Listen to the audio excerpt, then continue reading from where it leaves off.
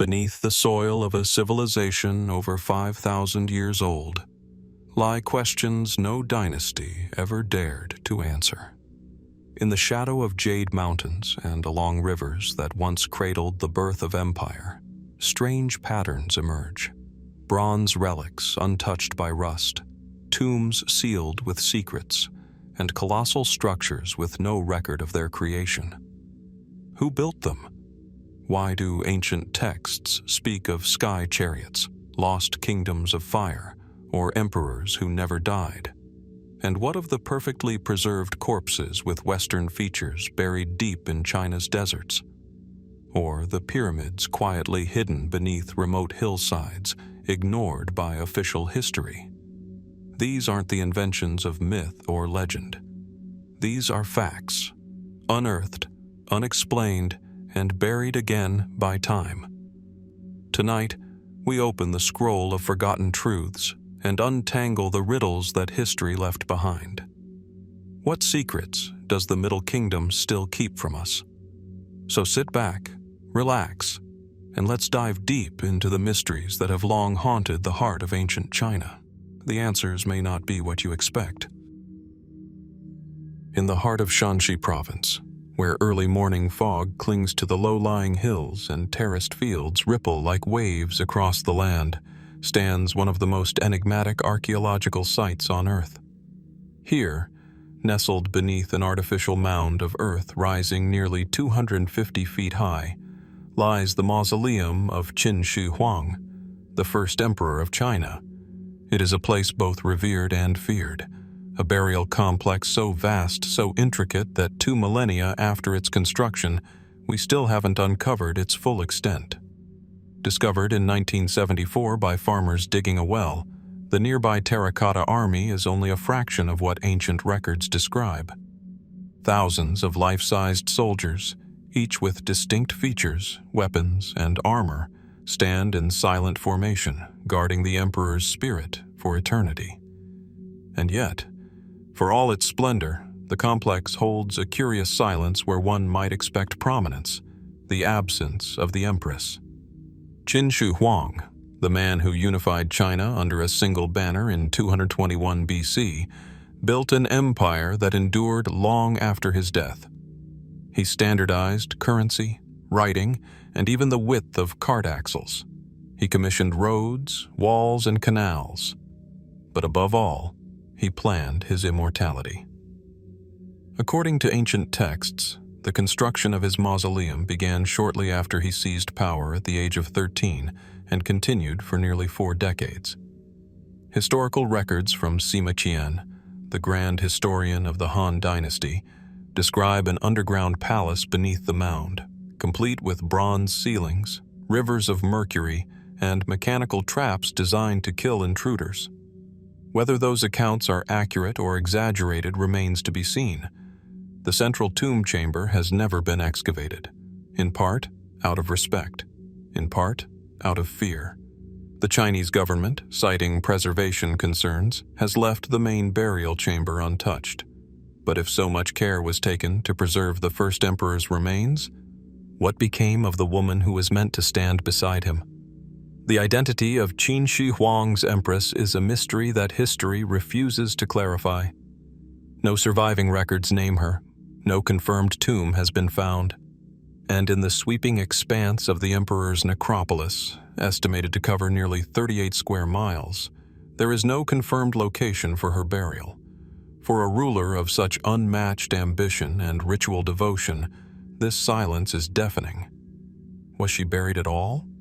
Some scholars propose a practical explanation, that Qin Shi Huang never named an empress. It's true that during his reign, power was centralized entirely around the emperor himself. Perhaps he viewed the appointment of an empress as a political threat, an unnecessary dilution of his supreme authority. Others suggest that the empress may have fallen from favor, her memory erased in a purge, a fate not uncommon in imperial courts. Yet, even if she was never publicly declared, it would have been customary, expected even, for a consort of her standing to receive a grand burial. Imperial China, especially in its early dynastic phases, placed enormous significance on funerary rites. It was not merely a tradition, it was a cosmic duty. Could her tomb still lie somewhere within the broader necropolis, hidden among unexcavated mounds? Archaeologists have identified dozens of satellite tombs surrounding the emperor's main burial. Some belong to generals, artisans, and palace attendants. Others remain unnamed. One, to the west of the mausoleum, is larger than most, unexcavated, unlabeled, and curiously isolated. Some believe this mound could hold the remains of the Empress or a high-ranking royal consort. But without digging, the questions linger unanswered. Adding further intrigue are the accounts of mercury. Recent soil tests around the tomb have revealed abnormally high levels of mercury, seemingly validating Sima Qian's ancient descriptions of rivers and seas made from the toxic metal, representing the geography of the emperor's unified empire. If true, these toxic channels may serve a dual purpose: to symbolize the emperor's dominion and to deter grave robbers. But what if the Empress's tomb is likewise protected or concealed by similar means? Could it be that the Empress rests beneath a separate mound, deliberately hidden by Imperial design? A monument not to celebrate, but to conceal. There are even more speculative whispers, fringe theories that dance along the edge of academic acceptance. Some suggest that the Empress's tomb was never built at all, because she was not permitted death. According to certain interpretations of esoteric Daoist texts, Qin Shi Huang engaged in intense alchemical experimentation, obsessively seeking the elixir of life. He feared death, and some say so did his court. In this view, high-ranking individuals, including the Empress, may have been subjected to experimental preservation techniques, suspended in sealed chambers, neither truly dead nor alive. Others speak of the buried alive servants, those reportedly entombed with the emperor to serve him in the afterlife. Could a rival consort or the Empress herself have suffered such a fate? A few ancient sources hint at court intrigues and power struggles, particularly after the death of the emperor. The eunuch Zhao Gao, for example, famously manipulated the imperial succession. Did his influence extend into reshaping how the imperial family was remembered or erased? And then, there is the physical geography itself. Modern satellite imaging has revealed unusual geometric patterns in the terrain surrounding the mausoleum, symmetries that suggest intentional design far beyond what has been uncovered. Some of these patterns point toward structures that no longer exist above ground, but may persist beneath. Is it possible that the Empress's tomb is not lost, but deliberately hidden beneath centuries of cultivated land and official silence? For now, we can only speculate. The tomb of the first emperor remains sealed. The supposed resting place of his queen, if it exists, lies silent somewhere in the folds of earth and shadow. Technology grows more advanced with each passing year, but so too does our hesitation. Once disturbed, these sites cannot be returned to their original state. And so, the question lingers, as enduring and as weighty as the stones of the mausoleum itself. What lies beneath the ancient soil of Xi'an, and why has she been forgotten? While the sands of time have claimed countless empires and emperors, there are moments when the past refuses to fade. Deep beneath a modest hill in the Hunan province of southern China, beneath layers of charcoal, clay, and white kaolin, a burial chamber once lay untouched for over 2,000 years.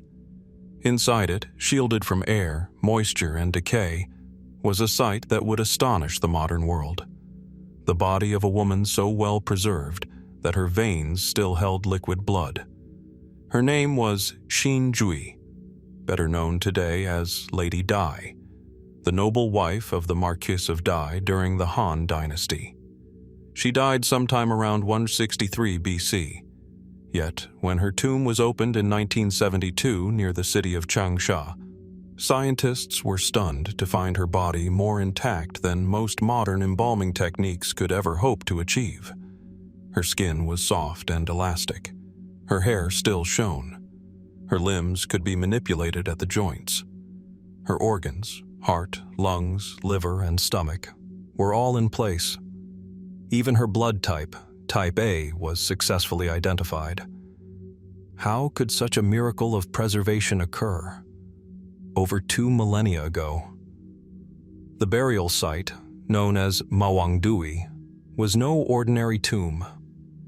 Sealed within 4 nested coffins and protected by 20 layers of silk, Lady Di's body rested in a mysterious, slightly acidic fluid that remains chemically unidentified to this day. Surrounding her were hundreds of artifacts, lacquerware, musical instruments, delicately written texts on silk scrolls, and a detailed menu of her final meal. She had eaten melon, but while the tomb's offerings shed light on the refined world of Han aristocracy, they only deepened the central enigma. How did her body remain untouched by decay for more than 2,000 years? Mainstream science attributes her preservation to a remarkable combination of factors.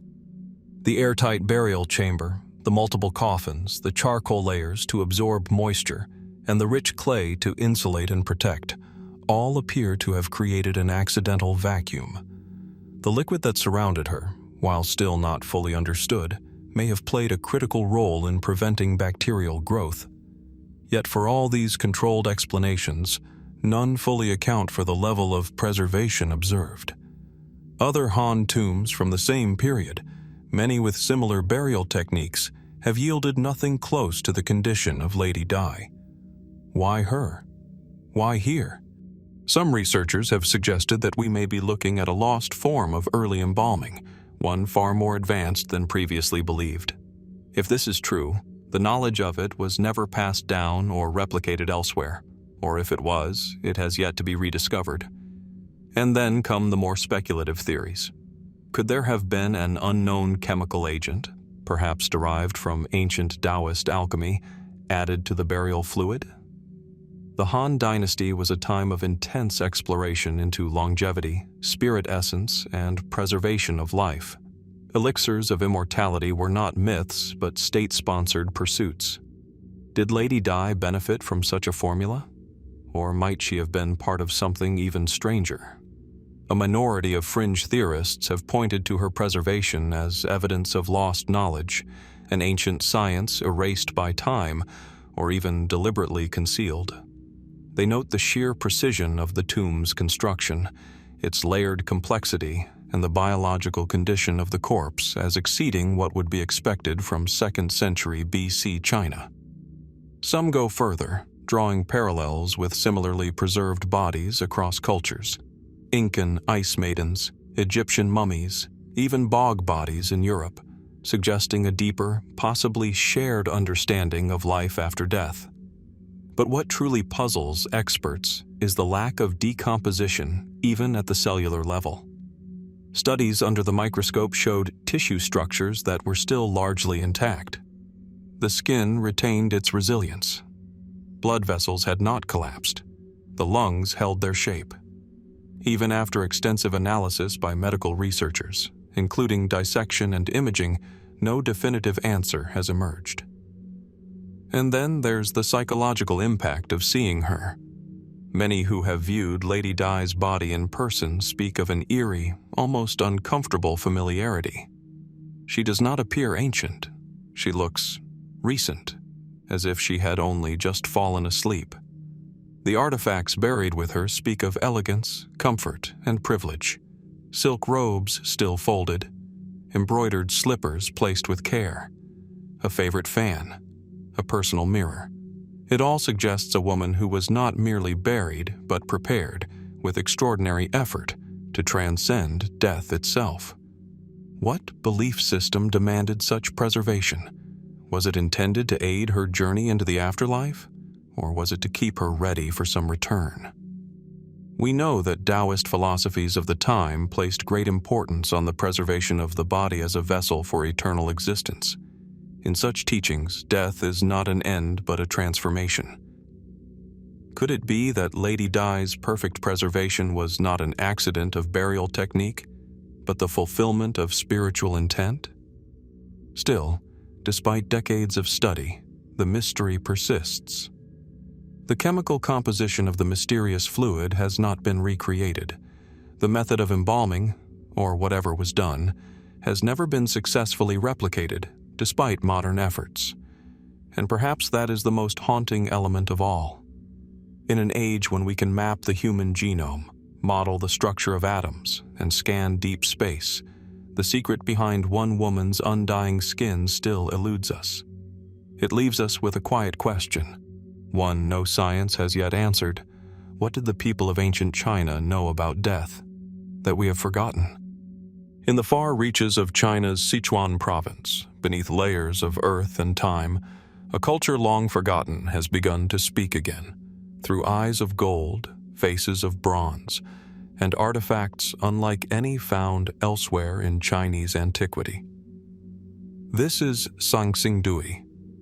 Discovered in the 1920s and later excavated in the 1980s, the Sangxingdui archaeological site revealed a buried trove of ceremonial objects, statues, altars, and masks, many towering in size and alien in appearance. Stylized faces with exaggerated eyes, curved ears, and solemn expressions.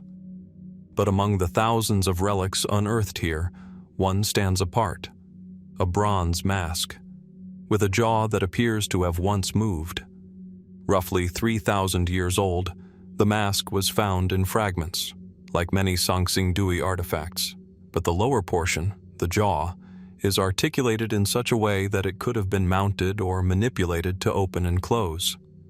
Unlike the static ceremonial masks typically found across early Chinese cultures, this one seems engineered, meant for motion. Why? What kind of ritual or practice would require a mask whose mouth could speak or mimic breath? To answer that question, we must first understand just how unusual Sangxingdui already is. The site dates back to the ancient Shu civilization, active around 1200 BC, yet it does not resemble the artistic traditions of the more well-known Shang dynasty to the east. The Sangxingdui artifacts are more abstract, more surreal. Their proportions, materials, and symbols defy the conventions of Chinese bronze art. The masks, in particular, are stunning. Some are over a meter wide. Many are plated with gold leaf.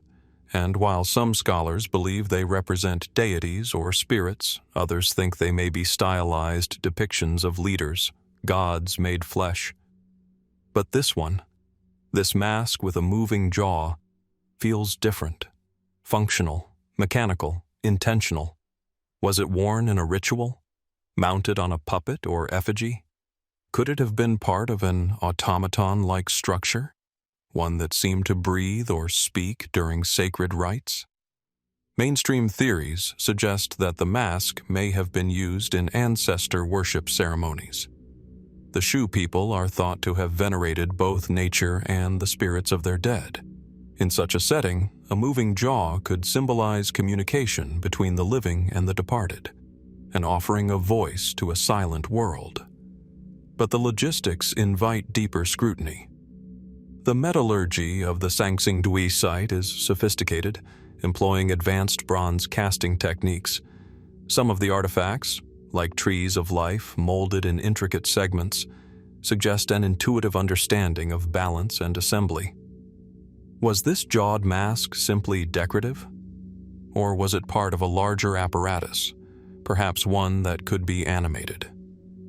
Archaeologists have noted that the mask's structure, though broken, contains socket-like hinges near the lower jawline, hinting at the possibility of movement.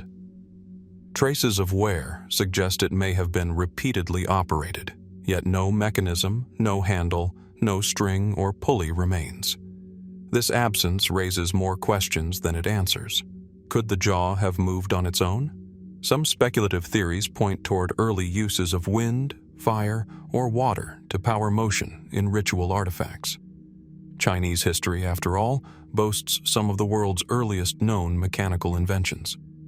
The south-pointing chariot of antiquity, an ancient directional vehicle, used complex gears to maintain orientation.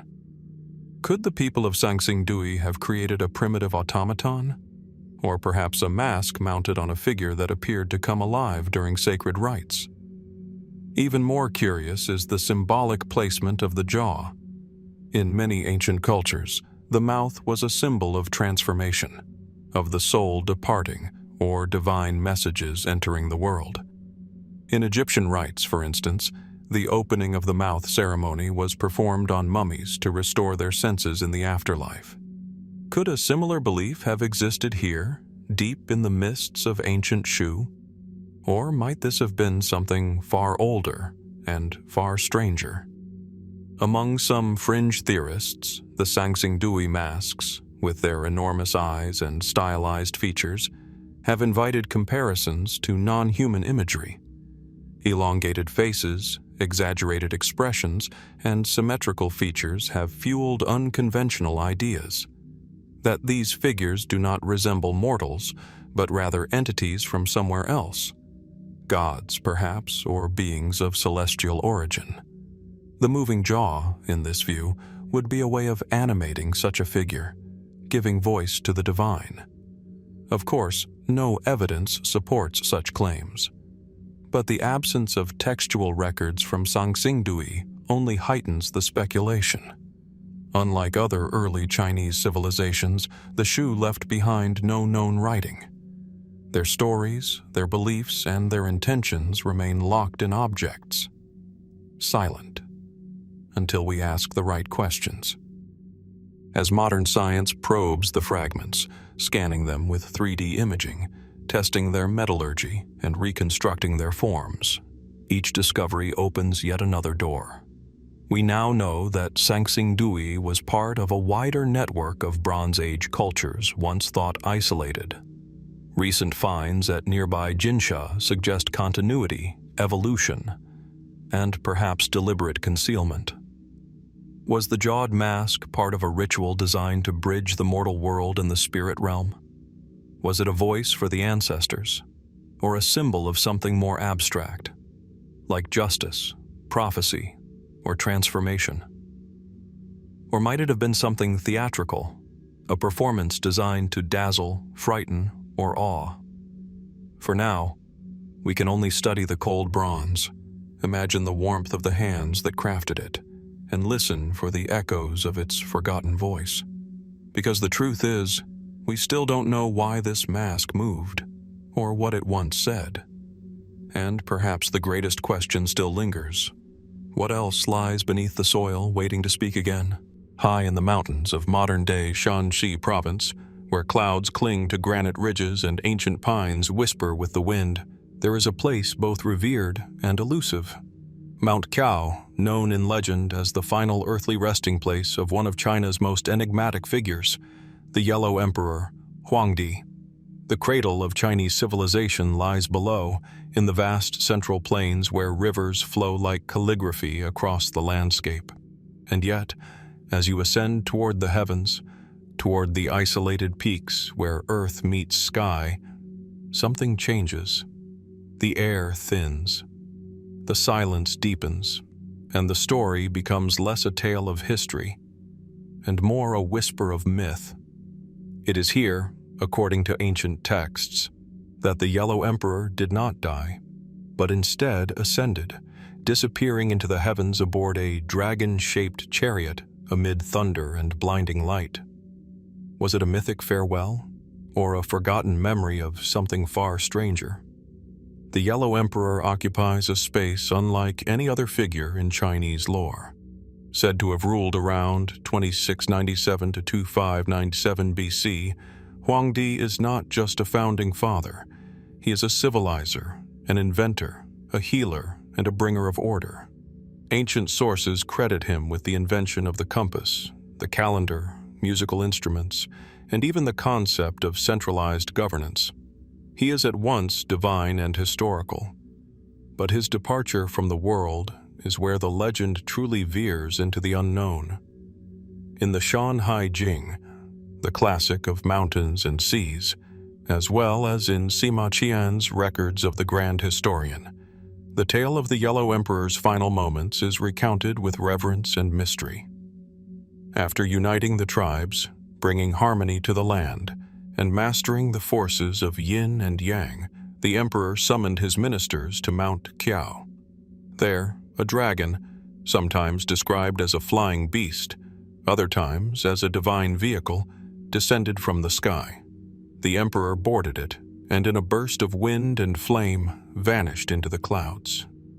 Some witnesses, the story says, clung to the dragon's scales in desperation but were flung back to earth.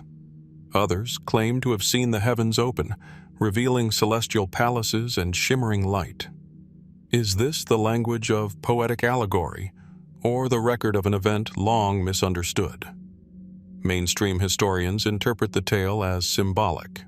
The dragon, after all, is a quintessential emblem of Chinese sovereignty, linked with wisdom, transformation, and the cosmic order. The flight into heaven may represent the emperor's transcendence into deity, a way of honoring his legacy by removing him from the human plane. Yet the details in early texts are oddly specific. Descriptions of roaring sound, flashing light, and a vehicle that rises skyward. Are these metaphorical flourishes or echoes of something technological? The idea of a flying chariot appears not just in this legend, but in other ancient Chinese accounts. The philosopher Liezi, for instance, writes of Lu Ban, a master craftsman who built wooden birds capable of sustained flight. Another early tale tells of an engineer who created a kite-like glider to spy on enemy camps. These accounts are typically dismissed as folklore, but they invite questions. What knowledge did the ancients truly possess? Were these flights of imagination, or remnants of a long-lost science? Fringe theorists take the legend further, suggesting that Huang Di's final flight was not symbolic at all, but literal. In this interpretation, the dragon becomes a kind of early flying machine, perhaps even a craft of non-terrestrial origin. Such ideas remain firmly outside academic consensus, yet they persist in modern retellings and alternate histories, bolstered by the comparative similarities found in other ancient civilizations. Mayan deities who descend from the sky, Hindu gods who ride vimanas through the air, and Sumerian kings who commune with beings from the stars. Is it coincidence, or something deeper? Adding to the mystery is the presence of unusual artifacts attributed to the Yellow Emperor. Ancient sources claim he wielded a compass chariot, a wheeled device that always pointed south, regardless of the direction it was turned. This predates the magnetic compass by over a millennium and suggests a profound understanding of orientation and geomagnetism. He is also said to have designed the first observatory, mapping celestial patterns and aligning rituals with astronomical phenomena. These achievements, if even partially true, indicate a ruler deeply invested in the skies, both symbolically and practically. And yet, no tomb has ever been found. While memorial temples and shrines dedicated to Huang Di stand across China, including the famed mausoleum of the Yellow Emperor in Huangling County, none contain a confirmed burial site. If he existed, if he ruled, if he died a mortal death, where is his body? Did he truly vanish? Or was he buried in secret, perhaps in a location lost to erosion, covered by forest or sealed beneath centuries of shifting earth? Or, as some suggest, was his absence always intentional, part of a deliberate mythos designed to elevate him beyond the reach of death? Modern archaeology offers little to confirm or deny the story. Mount Qiao remains a sacred but lightly studied area. Limited excavations have uncovered remnants of ancient offerings, burned soil, and carved stones, but nothing definitive. The mountain is steep, often shrouded in mist and difficult to access. Perhaps what lies there is still waiting to be uncovered, or perhaps it was never meant to be. Because the legend of the Yellow Emperor's final flight is not just about the man, it is about the moment. A moment when the sky opened, when light descended, when a ruler became more than mortal. Was it myth, memory, or a mixture of both? We are left with a story that defies easy explanation, and a mountain that still holds its breath. In a quiet, climate-controlled chamber in Xianyang, the ancient capital of the late Shang dynasty, a set of seemingly ordinary artifacts rests behind glass. Slabs of scorched ox scapulae, the fractured shells of turtles. To the untrained eye, they may appear unremarkable, fossils of a bygone world. But look closer, and a far more profound story begins to take shape. These are oracle bones, among the oldest known forms of Chinese writing. Etched into their surface are inscriptions so precise, so deliberate, that they've endured for over 3,000 years. A record not just of language, but of thought, belief, and ritual. Yet among these sacred relics lies a mystery still unsolved, one that no dynasty, scholar, or algorithm has fully deciphered. Why do the symbols vary? And what do the inconsistencies truly mean? The oracle bones first came to light in the late 19th century, when a local herbalist in Henan province discovered that dragon bones, sold as traditional medicine, were, in fact, ancient artifacts. These bones were inscribed with strange characters, early forms of Chinese script, long lost to time. Soon, archaeologists traced the bones to Yinshu, the last capital of the Shang dynasty, which ruled from around 1600 to 1046 BC. Thousands of these bones have since been unearthed, each inscribed with questions posed to the divine. Will the harvest succeed? Will it rain tomorrow? Will the king's child survive? The process was meticulous. After the question was carved into the bone, a fire-heated rod would be pressed into a hollowed groove, causing the material to crack. The shape of the crack was interpreted as the divine answer. The diviner, or sometimes the king himself, would then inscribe the result alongside the question. But while this process appears structured, the writing system itself presents a bewildering complication. Across these oracle bones, often dated within the same reign, sometimes even within the same year, certain characters appear in dramatically different forms. Not just slight stylistic variations, but sometimes entire symbolic shifts. A single word for moon, king, or sacrifice might appear in 3, 4, even 5 different graphic renditions. Why?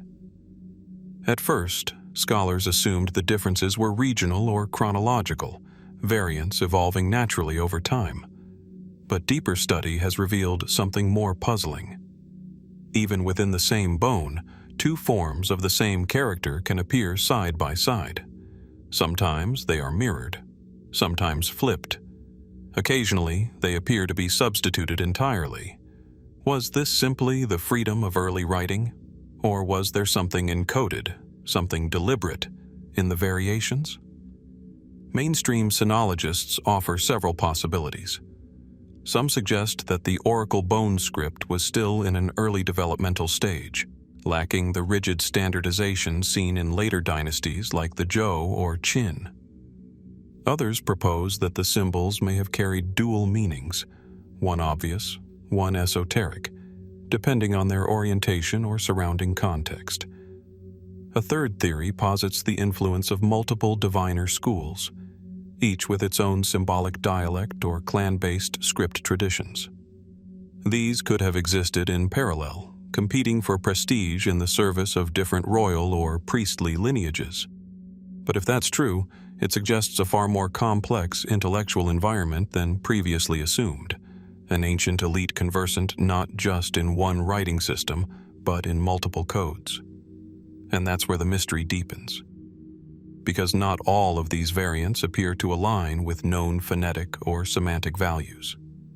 Some characters are so abstract, so isolated in their usage, that their meaning remains unknown.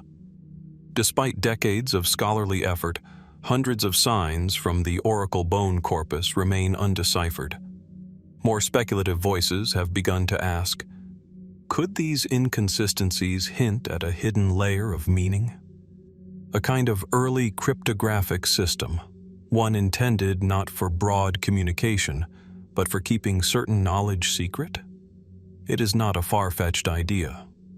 In other ancient cultures, such as Egypt and Mesopotamia, priesthoods maintained sacred scripts, subtle alterations of common writing that allowed the initiated to preserve exclusive access to spiritual or political knowledge. Could something similar have existed in Shang China? Or, some wonder, were these alternate symbols used as a way to signal rank, intent, or the spiritual weight of a question? A rare theory, considered fringe by most academics, even proposes that certain symbol variants align with astronomical events, eclipses, planetary movements, and celestial timings. In this reading, the changing forms may be more than language. They may encode when the divination took place, or under what astrological condition. And then, there is the shape of the writing itself. Some oracle bone inscriptions are curved to follow the edge of a shell. Others are grouped in clusters rather than linear lines. Was this simply a matter of space? Or did the placement, like the symbol, carry hidden meaning? Were these not just texts, but maps of spiritual energy? So far, no consensus has been reached. Despite AI-based pattern recognition, 3D scanning, and years of cross-referencing with bronze inscriptions, the oracle bone variants still resist easy categorization.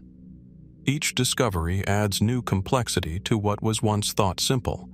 Each explanation raises further questions. What knowledge has been lost between those fractured lines? Who were the scribes behind the symbols, and what truths did they hide or reveal through shape and silence? For now, the bones remain quiet. But they are not done speaking, because at the heart of these ancient fragments lies a deeper truth, that language, belief, and mystery are often carved from the same source. And so, we are left with a final, unspoken question. Are we reading the oracle bones, or are they still waiting for someone who truly understands how to read them? High in the cragged peaks of Mount Wudang, where the air is crisp and thin and time itself seems to slow, a stillness settles over the landscape like a breath held for centuries. The wind moves gently through twisted cypress trees, their roots clinging to stone as if holding on to ancient truths. Here, in this secluded corner of China, whispers of a forgotten wisdom still linger, echoes of alchemists, sages, and seekers who once searched for something more than life itself. This is sacred ground, home to Daoist mystics, men and women who retreated from the chaos of dynasties and empires to seek the eternal. It is here that stories of the Immortals, or Xian, take root. Legendary figures who defied death, mastered the elements, and vanished into the clouds, never to be seen again. But behind these mythic tales lies something far more tangible, something written, or rather, once written, a collection of texts said to contain the teachings, formulas, and rituals of transcendence. Scrolls that, according to multiple historical accounts, have vanished. Known in some circles as the Scrolls of the Eight Immortals, these texts were believed to hold more than just philosophy. They were repositories of precise knowledge, guides to internal alchemy, cosmic harmonization, and the elusive elixirs of eternal life. Passed down through generations of Daoist adepts, these scrolls were never meant for the masses. Their teachings were said to be dangerous in unworthy hands, capable of transforming the body, shifting perception, or unbalancing the harmony between heaven and earth. So, where are they now? Some scholars argue they were never real to begin with, only symbolic, a metaphor for the Tao itself, the ineffable, the unknowable. Others suggest the scrolls once existed but were destroyed in one of many waves of cultural suppression. During the Qin dynasty's infamous burning of the books in 213 BC, entire libraries of spiritual and philosophical writings were wiped out in an effort to consolidate ideological control. Could the scrolls have been among them? Perhaps. And yet, the legend doesn't end there. Because centuries later, during the Tang and Song dynasties, new references to the scrolls re-emerged. Court records, temple inventories, and personal diaries mention fragments, partial texts, or copies said to originate from the immortal scriptures. Some were detailed enough to include strange ingredients: powdered cinnabar, mercury, rare herbs grown only under eclipses. Others outlined breathing rituals, meditative visualizations, or bodily alignments said to open channels of energy unknown to modern medicine. Were these genuine remnants? Or later fabrications inspired by a deeper myth? Even within Daoist tradition, debate persists. In the famous Daozang, the Taoist canon, compiled during the Ming dynasty, there are references to texts that no longer exist, marked as lost or withheld. Some Daoist masters claimed the scrolls were hidden deliberately, entrusted only to those who achieved a state of purity and detachment from worldly desire. And that raises a question few dare to ask. What if the scrolls were not destroyed but concealed? There are locations across China, remote grottos, sealed caves, forgotten monasteries, where oral traditions speak of sealed teachings, ancient texts guarded by secretive lineages or encoded in ways only the initiated could decode. One recurring rumor centers around Mount Qingcheng, another Daoist stronghold, where a cave known as the Cavity of Returning Breath is said to have once housed sacred manuscripts. Its entrance collapsed during a distant earthquake. Or was it sealed intentionally? Fragments of scrolls discovered in Dunhuang, a Silk Road cave site famous for its vast manuscript library, include obscure Daoist texts that mention rites of feathered flight and formulae of bone lightening, descriptions that, while poetic, hint at the transformation of the body into something other than human. But none of these fragments matches the descriptions of the immortal scrolls in full. They are pieces, puzzle shards, never the whole. Modern scholars remain cautious, but curious. Recent advancements in multispectral imaging and digital reconstruction have made it possible to detect layers of faded ink and overwritten texts on ancient manuscripts. In some cases, palimpsests, scrolls scraped clean and reused, have revealed buried writings previously thought lost forever. Could one of these hidden layers someday reveal the teachings of the Immortals? Then, there are the more speculative ideas, less accepted by mainstream historians but persistent nonetheless. Some theorists propose that the scrolls were written in code, their knowledge disguised as parables or alchemical poetry. Others believe they were never committed to paper at all, but etched on silk, jade tablets, or even committed entirely to memory by adepts in secluded mountain temples. A few go further still, suggesting the scrolls contained non-human knowledge, gleaned not through earthly study, but via communication with spiritual or celestial beings. In this view, the Immortals were not just symbols of spiritual attainment, but guardians of knowledge that transcends human origin altogether. If this seems far-fetched, consider this. Even within official Daoist doctrine, certain texts were said to be received through spirit writing, messages channeled in trance-like states, dictated by beings from beyond. Are the missing scrolls part of this tradition? Are they locked away, not in temples or caves, but in the minds of those few who still walk the ancient path of inner alchemy? And if they do exist, what might they reveal about the limits of the human body or the soul? In the end, The mystery of the missing scrolls remains as much about what has been remembered as what has been lost.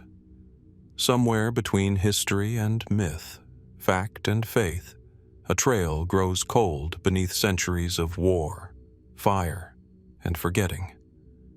A trail marked by stories of mountain hermits, strange lights in the fog, and scrolls that whisper promises of life beyond death.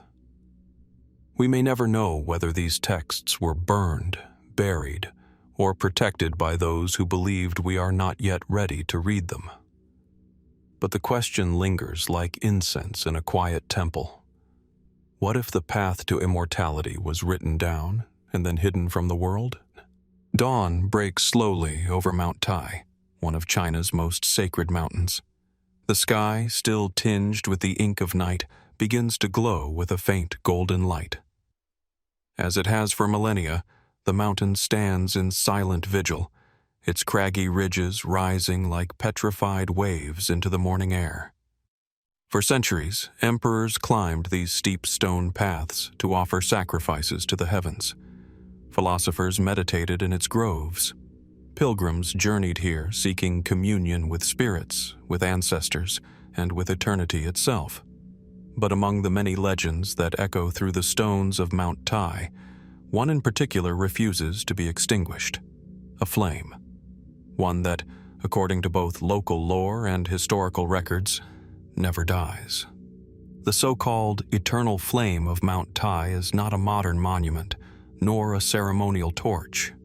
It is said to have emerged from the mountain itself, burning continuously from a natural fissure in the earth, long before electricity or controlled gas fires ever existed. A quiet, flickering blaze, unaffected by wind, unfed by wood, unclaimed by time. Early references to the flame appear in Han Dynasty texts, where scholars describe a celestial fire that burned near a shrine along the southern slope of the mountain. Some called it Shenghuo, the sacred fire, and believed it marked the dwelling of a divine spirit. Daoist priests, imperial emissaries, and even medical alchemists are recorded as having visited the site, treating the flame not as an object, but as a presence, something alive. During the Tang Dynasty, an imperial edict ordered a temple to be constructed around the phenomenon. It was known as the Temple of the Heavenly Fire, now long since collapsed, its stones scattered among the undergrowth. But written accounts from that time speak of a flame that burned without source and without smoke, surrounded by carvings of dragons and phoenixes etched into blackened stone. Is this simply mythology? A poetic embellishment of natural gas seepage? Or was there something more to this fire? Something still unexplained? Modern science offers a practical explanation: natural gas vents. Across the world, rare geological conditions can allow methane and other combustible gases to seep up from underground deposits. If ignited, by lightning, a spark, or deliberate flame, such vents can burn for years, even centuries. One of the most famous examples lies in Iraq. The eternal fire at Baba Gurgur, which has reportedly burned for over 4,000 years. China, too, has active gas fields, and Sichuan province is home to natural fires that have burned for generations. But Mount Tai is different. Extensive geological surveys in the region have found no major methane fields beneath the granite foundations of the mountain. The rock here is dense, folded, and metamorphic, ill-suited for gas trapping. And yet, local testimonies from as late as the 19th century speak of a persistent flame that emerged from a crack in the cliff face, near what is now called the cloud-gathering platform. Multiple attempts were made to study it. One Qing dynasty scholar described a blue and golden flame, flickering soundlessly, with no apparent fuel. Another noted that nearby grass and trees remained unburned, untouched by heat, while the flame itself continued day and night without variation. Was it a supernatural anomaly? A misunderstood trick of chemistry? Or could it have been something even more deliberate?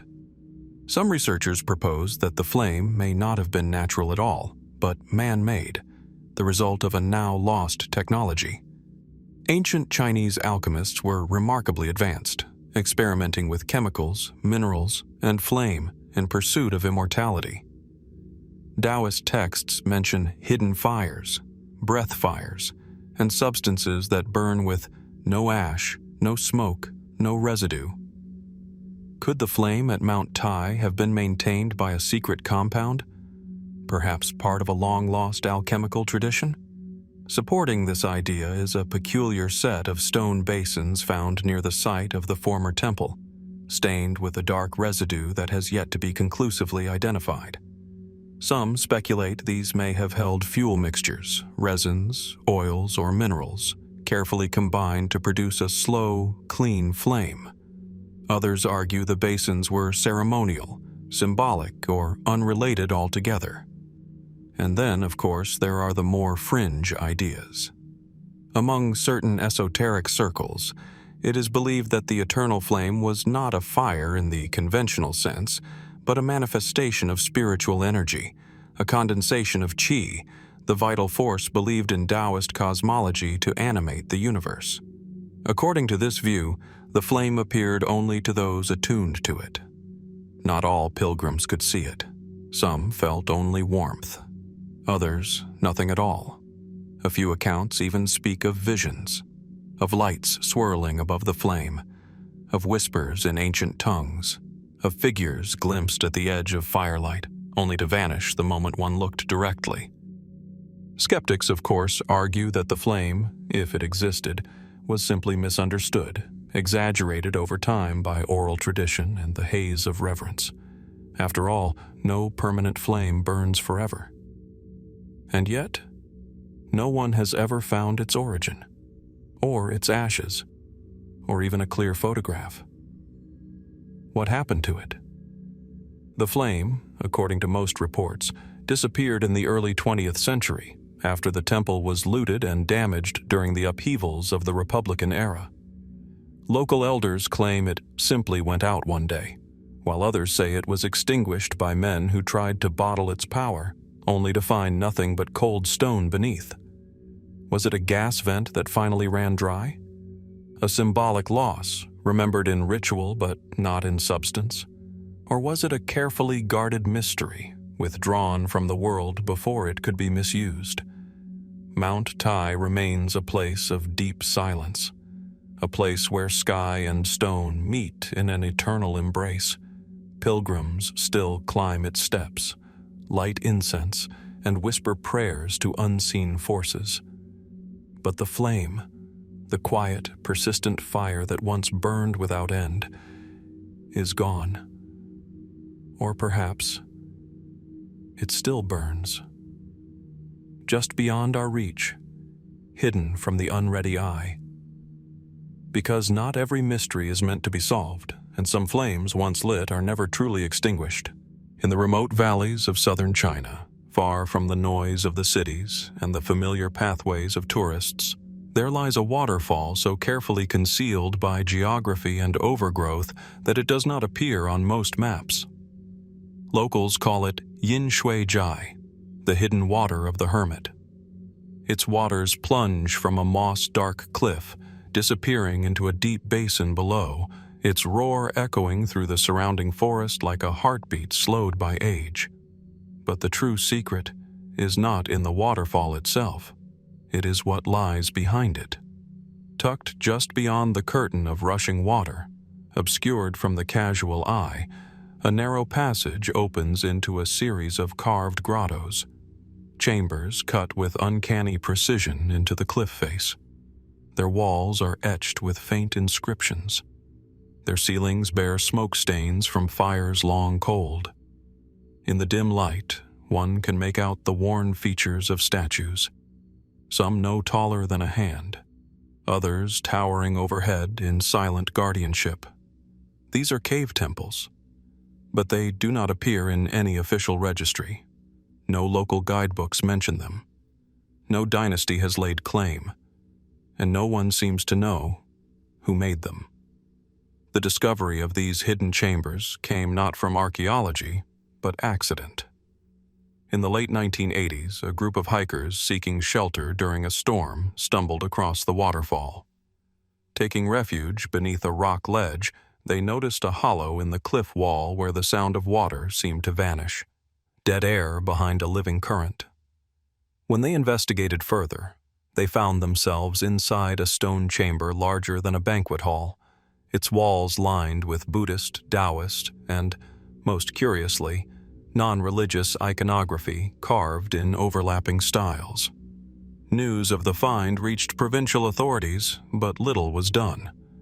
Remote and difficult to access, the site was deemed too insignificant for major excavation. Yet since then, independent researchers, monks, and the occasional explorer have ventured in and returned with sketches and samples, enough to raise a pressing question: who built a sanctuary where no roads lead, behind a waterfall few can find? Mainstream historians offer a tentative theory. During the northern and southern dynasties, 420 to 589 AD, a period of fragmentation and religious upheaval, persecuted monks and mystics may have fled into the wilderness to preserve their texts, their practices, and themselves. Cave temples were not uncommon in this period. China is home to the famous Mogao Caves in Dunhuang and the Yungang Grottos in Datong. These sites, however, were sponsored by empires. The waterfall grottos have no such markers of wealth or patronage. Indeed, the carvings are crude in places, as though made in haste or secrecy. Yet some chambers show architectural knowledge well ahead of their time: pillars balanced with precise load distribution, acoustic features that amplify chanting, even early drainage systems to keep chambers dry through seasonal rains. Was this a rogue group of monks equipped with ancient knowledge and remarkable discipline, or something older, more enigmatic? Certain features within the caves raise more complex questions. In one chamber, researchers documented a calendar-like panel etched with small celestial motifs. At first dismissed as symbolic, it was later found to correlate with a 60-year cyclical calendar used during the Han Dynasty, but the carving's weathering suggests a much older date. Some propose it could be a relic from an earlier culture, possibly the Ba people, who once inhabited these mountains before being absorbed by imperial rule. Then there are the faces, dozens of them, carved into walls, alcoves, and ceilings. Not all are human. Some are elongated, their features abstract, eyes like slits, mouths sealed shut. Others wear expressions of silence, anguish, or ecstasy. A few bear resemblance to known deities, but most defy classification. Are these spirits, saints, symbols of meditation? One haunting carving shows a figure in a robe, arms raised, surrounded by flame-like lines. To some, it suggests an act of spiritual ascension. To others, it looks eerily like a human surrounded by radiant energy, an image not unlike descriptions found in global myths of divine contact or out-of-body travel. Still more enigmatic are the hidden alcoves. Several of the smaller side chambers contain sealed niches, some behind stone panels that appear untouched for centuries. A few have been carefully opened. Inside, scraps of parchment, fragments of incense burners, and tightly wound coils of what appears to be metal wire have been found. No complete scrolls, no definitive artifacts. Just remnants, traces. Is this a burial site? A library? A lab? Speculation, naturally, abounds. Some believe the cave temples were constructed by a forgotten sect, an order blending Daoist meditation, early Buddhist cosmology, and shamanic practice, perhaps tied to ancient traditions now extinct. Others go further, suggesting that the location, hidden behind a waterfall, insulated by layers of rock and water, was chosen for reasons more than just secrecy. Water in both Daoist and pre-Daoist cosmology is a conduit of spiritual energy, a medium between worlds. Was the placement meant to shield, or to connect. There are also whispers, persistent but unverified, of unusual geomagnetic readings near the waterfall's base. Compasses spin erratically. Audio recorders capture strange distortions. Those who spend the night near the site report vivid dreams, or in some cases, a profound sense of stillness, as though time slows inside the cave. Could these be coincidences? Psychological effects amplified by atmosphere? Or do they hint at an ancient understanding of place, energy, and consciousness? Today, the site remains largely untouched, partly due to its remoteness and partly due to the dense forest that protects it like a shroud. The waterfall still falls, the path still vanishes in mist, and the chambers behind it sit in waiting, their stories carved in silence, their purpose still unclear.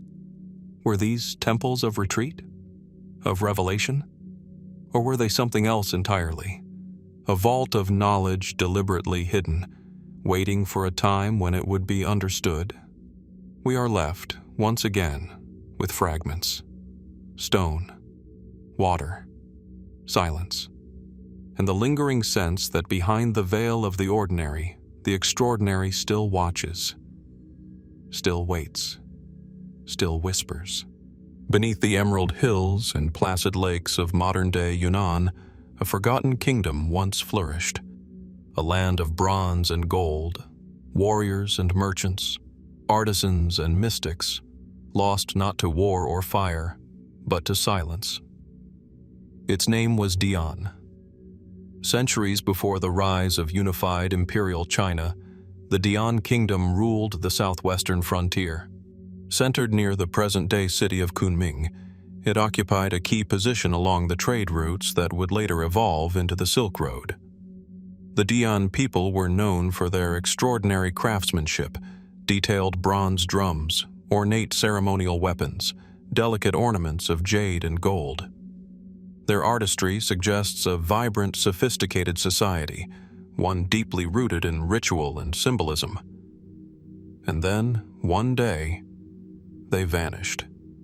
No epic battle, no great exodus recorded in the chronicles, no clear record of assimilation or destruction, just a slow fading, a culture absorbed or erased. How does a kingdom so rich in identity, skill, and power simply disappear? Much of what we know about Dian comes not from texts, but from what they left behind. In the early 1950s, Chinese archaeologists began excavating a site near Shijiaishan Hill, north of Lake Dianchi. What they found astonished the academic world. Tombs filled with bronze sculptures unlike anything else in ancient China. Warriors on horseback, bull-headed ritual vessels, hunting scenes, feasting scenes, chariots, boats, and mysterious geometric patterns. The imagery was vivid, even narrative, suggesting a people who documented their lives not with writing, but with symbolic representation. Unlike the standardized forms of early Han Chinese art, the Dian bronzes were dynamic, almost animated in form. Some showed warriors locked in combat, others depicted animals with exaggerated features, boars with gaping jaws, serpents intertwined with antlers. These were not merely decorative, they carried meaning, but meaning that, to this day, remains largely undeciphered. There is no known written language left behind by the Dian. No scrolls, no stone inscriptions. If they ever developed writing, it has been lost or lies undiscovered. This absence is a central part of the mystery. Who were the Dian, and what happened to them? The first known mention of the Dian kingdom in Chinese historical texts comes from Sima Qian's Records of the Grand Historian, written in the 1st century BC. According to the account, the Han dynasty, under Emperor Wu, launched a military campaign into the region around 109 BC. The stated goal was to secure the strategic trade routes into what is now Southeast Asia. Han armies reached Yunnan and declared the region a commandery, a province under direct imperial control. Official records state that the Dian submitted to Han authority, but the reality appears far less certain. Archaeological evidence suggests that while some aspects of Han culture, such as coinage and certain ceramics, appeared in Dian settlements after this point, the transition was not immediate or complete. Many Dian artifacts retain their distinctive artistic and cultural traits well into the 1st century AD. Did they resist assimilation longer than the records suggest? Or did they simply adapt, quietly, beneath the veneer of empire? Some scholars believe the Dian people were gradually absorbed into the expanding Han population through intermarriage, trade, and political restructuring. Over time, their identity may have simply dissolved into a broader imperial culture.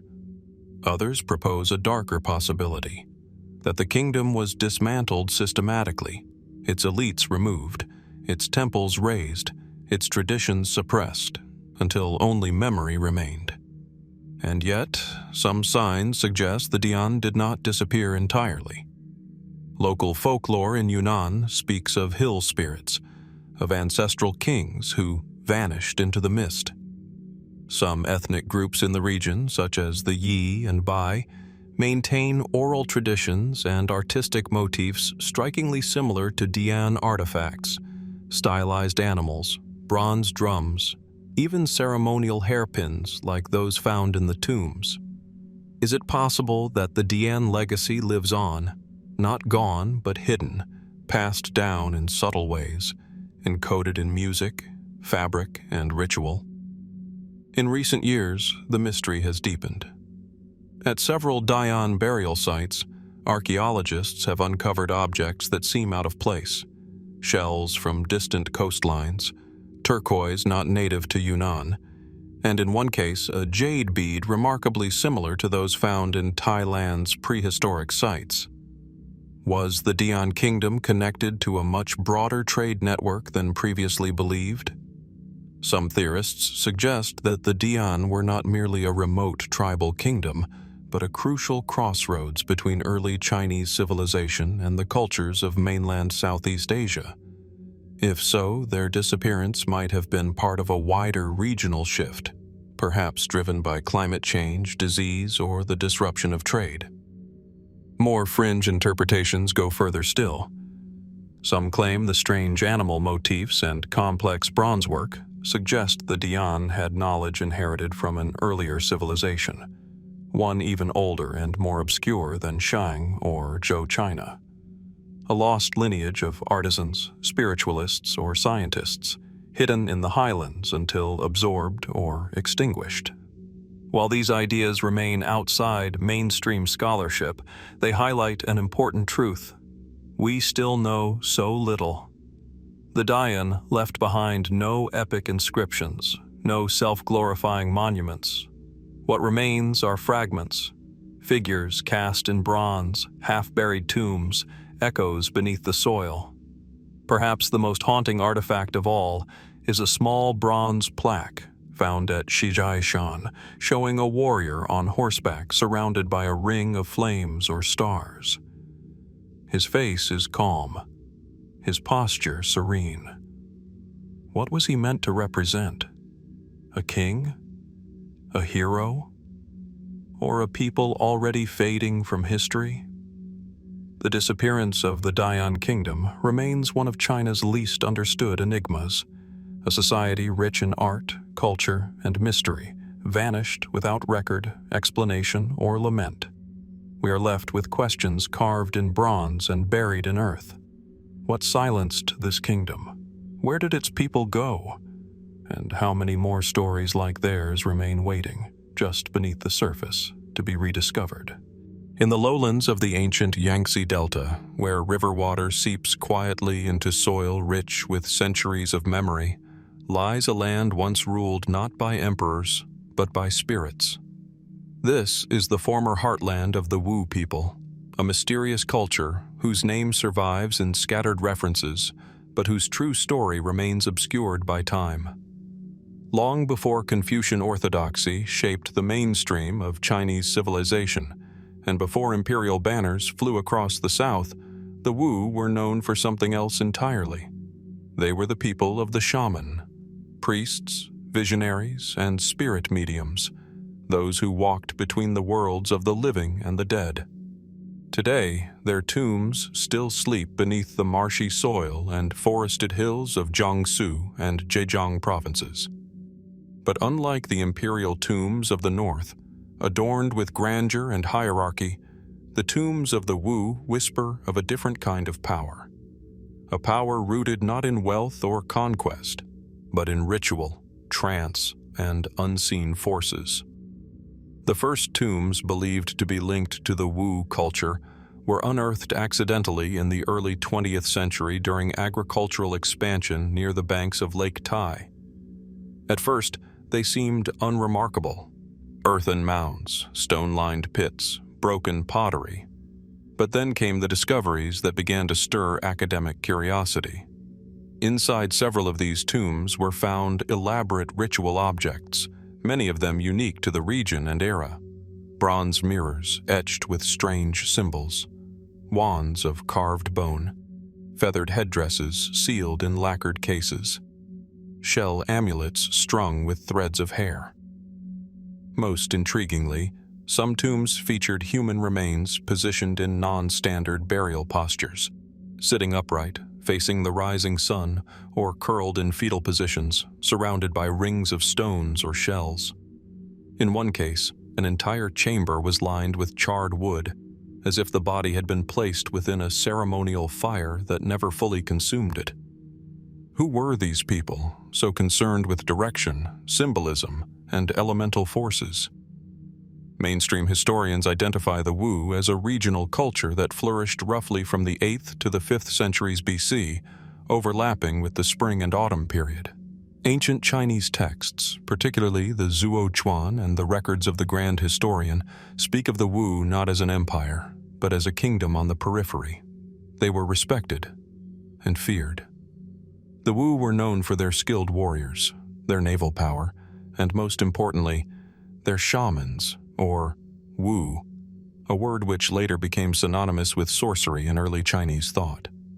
The Chinese character for shaman, Wu, appears repeatedly in early inscriptions, and it is no coincidence that it shares its name with the people of this land. The Wu did not merely employ shamans. They were shamans, living in a society shaped around spiritual access and cosmic negotiation. But what happened to this culture that valued the sacred over the material? As time moved forward, the Wu kingdom was eventually conquered by the neighboring state of Yue, and later absorbed into the expanding dominion of the Chu and Qin. Written records grow silent, but the tombs remain, and the deeper archaeologists dig, the stranger the discoveries become. One tomb, unearthed near Suzhou, contained the remains of a woman buried with a painted silk banner depicting celestial bodies and animals not native to China, some of them resembling mythological beasts, others more like creatures from distant lands. Next to her lay a bronze bell, cast with symbols still undeciphered. She was laid in a wooden coffin, her hands resting on what appears to be a bundle of plant roots and herbs, an herbalist or perhaps a healer. Was she a priestess? A trance walker? A woman believed to channel voices from beyond? In another tomb, a thin sheet of hammered gold covered the face of the deceased. The gold bore shallow etchings, spirals, waves, and a tree-like figure reaching skyward. Some scholars interpret this as a depiction of the Axis Mundi, the mythical world tree that connects heaven, earth, and the underworld, a symbol common in many ancient belief systems, from Mesopotamia to Mesoamerica. Is it coincidence?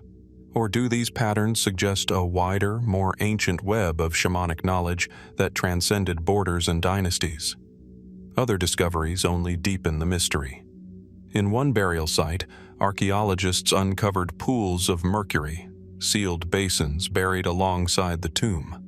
This has been observed in other high-status tombs, notably that of Qin Shi Huang, where mercury was used perhaps to symbolize rivers or the essence of immortality. But the Wu tombs predate such practices. Why mercury?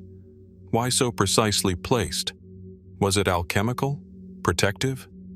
Or did the Wu understand something we have forgotten about the interaction between metal, spirit, and earth?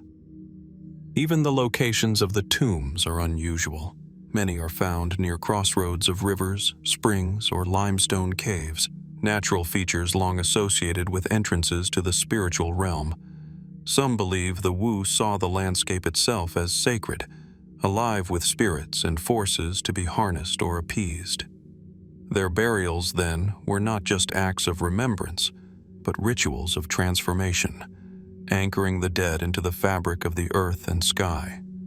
Among fringe theorists, there is speculation that the Wu culture preserved prehistoric knowledge, astronomical, medicinal, even acoustic, that allowed their shamans to enter altered states of consciousness.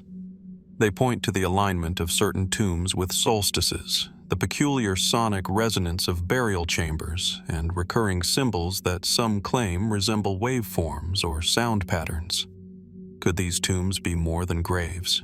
Could they be instruments, gateways to the unseen? To this day, many of the Wu tombs remain unexcavated, protected by law or hidden by terrain. Others lie beneath farmland, roads, or urban sprawl, silent, buried, waiting. And though scholars continue to study what's been uncovered, the essence of the Wu remains elusive. A culture without a written voice, but one that spoke in bone, bronze, and earth. A people whose shamans may have glimpsed realities we can no longer access.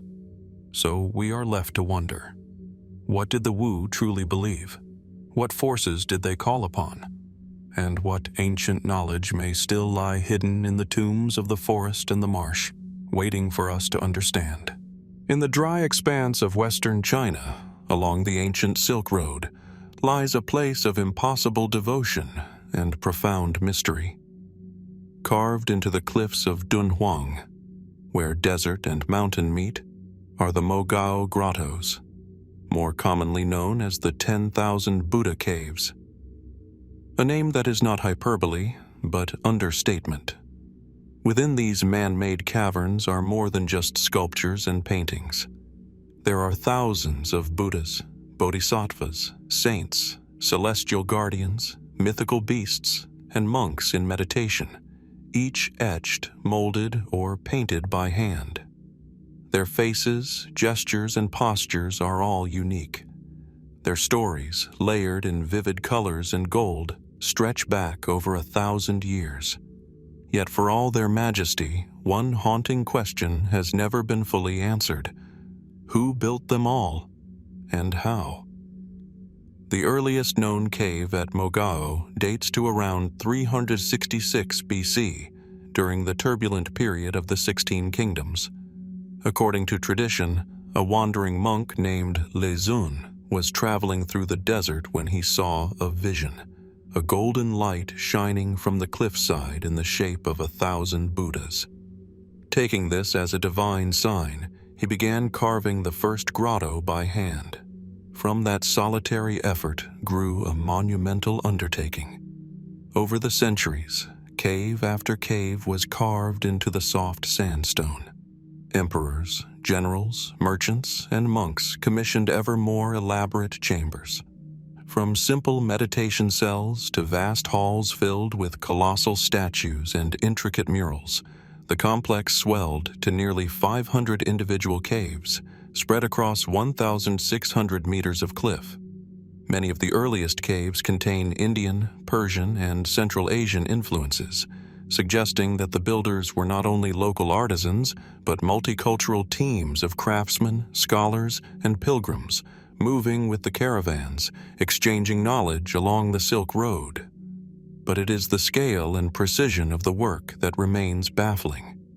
How did builders, centuries ago, with limited tools and no advanced machinery, carve such enormous and delicate structures into crumbly sandstone without collapse? Why are there so few records identifying the actual laborers, the artists, the engineers? We know the names of some patrons, but the hands that carved the 1,000 Buddhas, Who were they?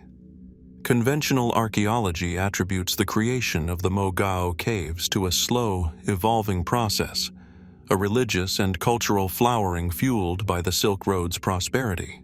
Trade brought wealth, wealth brought patronage, and patronage built temples. Yet certain features seem to challenge this linear explanation. Some of the earliest caves, far from being crude prototypes, show astonishing sophistication. One chamber, dating to the northern Liang period, contains a vaulted ceiling painted with accurate star maps, celestial diagrams, and images of constellations not visible from China. Where did this astronomical knowledge come from? In other chambers, acoustics are carefully designed. Chanting echoes in harmonious resonance, as though the very caves were tuned for meditation and ritual. Some researchers have suggested that sacred geometry, or even early knowledge of sound physics, may have guided the design of specific grottos. Could these have been more than temples? Perhaps resonance chambers meant to alter consciousness during ritual? There are also mysterious gaps in the historical timeline. While official dynastic records detail major works commissioned during the Tang dynasty, other periods remain almost blank. Caves with no inscriptions, no documented patrons, and no stylistic lineage. Who funded them? Who painted their walls? And perhaps most puzzling of all, why did some caves appear to be abandoned mid-construction, with half-carved statues and incomplete murals, only for the work to resume generations later with an entirely different aesthetic? In 1900, an even greater mystery was unearthed. Hidden behind a false wall in Cave 17, a local monk named Wang Yuan discovered a sealed chamber filled with tens of thousands of manuscripts, texts in Chinese, Sanskrit, Tibetan, Uyghur, and other languages, many perfectly preserved. This so-called library cave became one of the greatest archaeological finds of the 20th century. Among the scrolls were Buddhist sutras, medical treatises, calendars, contracts, and fragments of texts not found anywhere else. Some referenced lost kingdoms. Others hinted at rituals and practices long out of use, including methods of breath control, visualization, and dream navigation. Were these scrolls simply stored for safekeeping? Or were they hidden, deliberately concealed to prevent their loss or their misuse? And why was the library cave sealed and forgotten for nearly 1,000 years? Fringe theorists have long speculated that the caves may hold even deeper secrets, not just religious treasures, but remnants of a lost, esoteric tradition that predates Buddhism in the region. They point to certain recurring symbols found in the older murals, wheels within wheels, beings surrounded by flames and spheres, staircases rising into the sky. Are these depictions of enlightenment, or something else entirely? Could the original builders have belonged to a pre-Buddhist spiritual order, whose knowledge was gradually integrated and obscured by the Buddhist canon over time? While such theories remain speculative, they raise an undeniable point. The earliest origins of the caves remain frustratingly vague. There is no master plan, no grand record, no central archive. Instead, a patchwork of devotion, vision, and mystery. Today, the Mogao grottos are preserved as a UNESCO World Heritage Site. Tourists walk the same cliffside path once trod by monks and mystics. Yet only a fraction of the caves are open to the public. Many remain closed, too fragile, too sacred, or too poorly understood to be disturbed. Beneath the layers of pigment and time, secrets still pulse in stone, techniques long lost, beliefs long buried, names long forgotten. So we ask again, who were the first to carve their faith into the rock? Why did they begin this immense task in such a remote place? And what deeper knowledge might still be hiding within the silent gaze of 10,000 Buddhas? Nestled deep in the wooded hills of Hubei province, where morning mist lingers low over the ground and bamboo groves sway in quiet unison, lies a burial site unlike any other in China, There is no grand entrance, no towering stones or carved dragons to mark its presence. From a distance, the land seems untouched, just another stretch of forest in a region saturated with history. But beneath this quiet patch of earth, obscured by centuries of bamboo growth, archaeologists uncovered a tomb that defied expectations and left behind more questions than answers. The site was first discovered in the early 2000s during land surveys ahead of a proposed development project near Jianli County, close to the banks of the Yangtze River. Locals had long whispered that the bamboo-covered hill was cursed or sacred. No one farmed it. Few approached it after dark. But when initial ground radar scans revealed an unusual void beneath the surface, excavation crews were called in. What they uncovered would unsettle even the most seasoned researchers. At first glance, the tomb appeared modest. No ornate sculptures, no massive stone sarcophagus. Instead, archaeologists found a sealed chamber, unusually well preserved, constructed from compacted earth and lined with layers of bamboo slats, lacquered and stacked in an interlocking lattice. The bamboo was not merely decoration or reinforcement. It formed the structure itself, layered so intricately and intentionally that it had resisted collapse for over 2 millennia. The preservation was so remarkable that sections of the bamboo still retained their fibrous texture, despite the humid climate of central China. Inside the chamber, however, the mystery deepened. The central burial pit contained a wooden coffin, lacquered black, its surface etched with faint geometric symbols, swirls, interlocking circles, and grid-like patterns. No inscription identified the deceased. No name, no title. Yet surrounding the coffin was a collection of artifacts suggesting this individual had once held profound spiritual or ceremonial importance.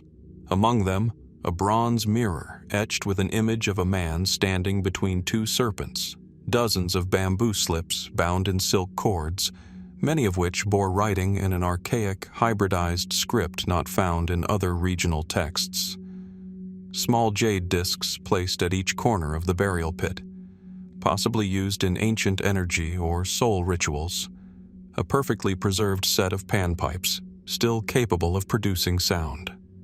The presence of musical instruments, unusual writing, and abstract imagery led some scholars to suspect the tomb belonged not to a noble or warrior, but to a ritual specialist, perhaps a shaman, or even a sorcerer. But from which culture? Historically, this region of Hubei straddled several ancient territories, most notably the state of Chu, which flourished during the Warring States period, 475 to 221 BC. Chu culture was known for its rich artistic traditions, reverence for nature, and complex spiritual beliefs, blending native animism with early Daoist thought. The Chu were not strangers to ritual and mystery. Their tombs often contained musical instruments, divination texts, and symbols representing cosmic balance. But this bamboo tomb did not align cleanly with known Chu designs. The architecture was simpler, yet more refined in its ecological harmony. It blended into the landscape, not above it.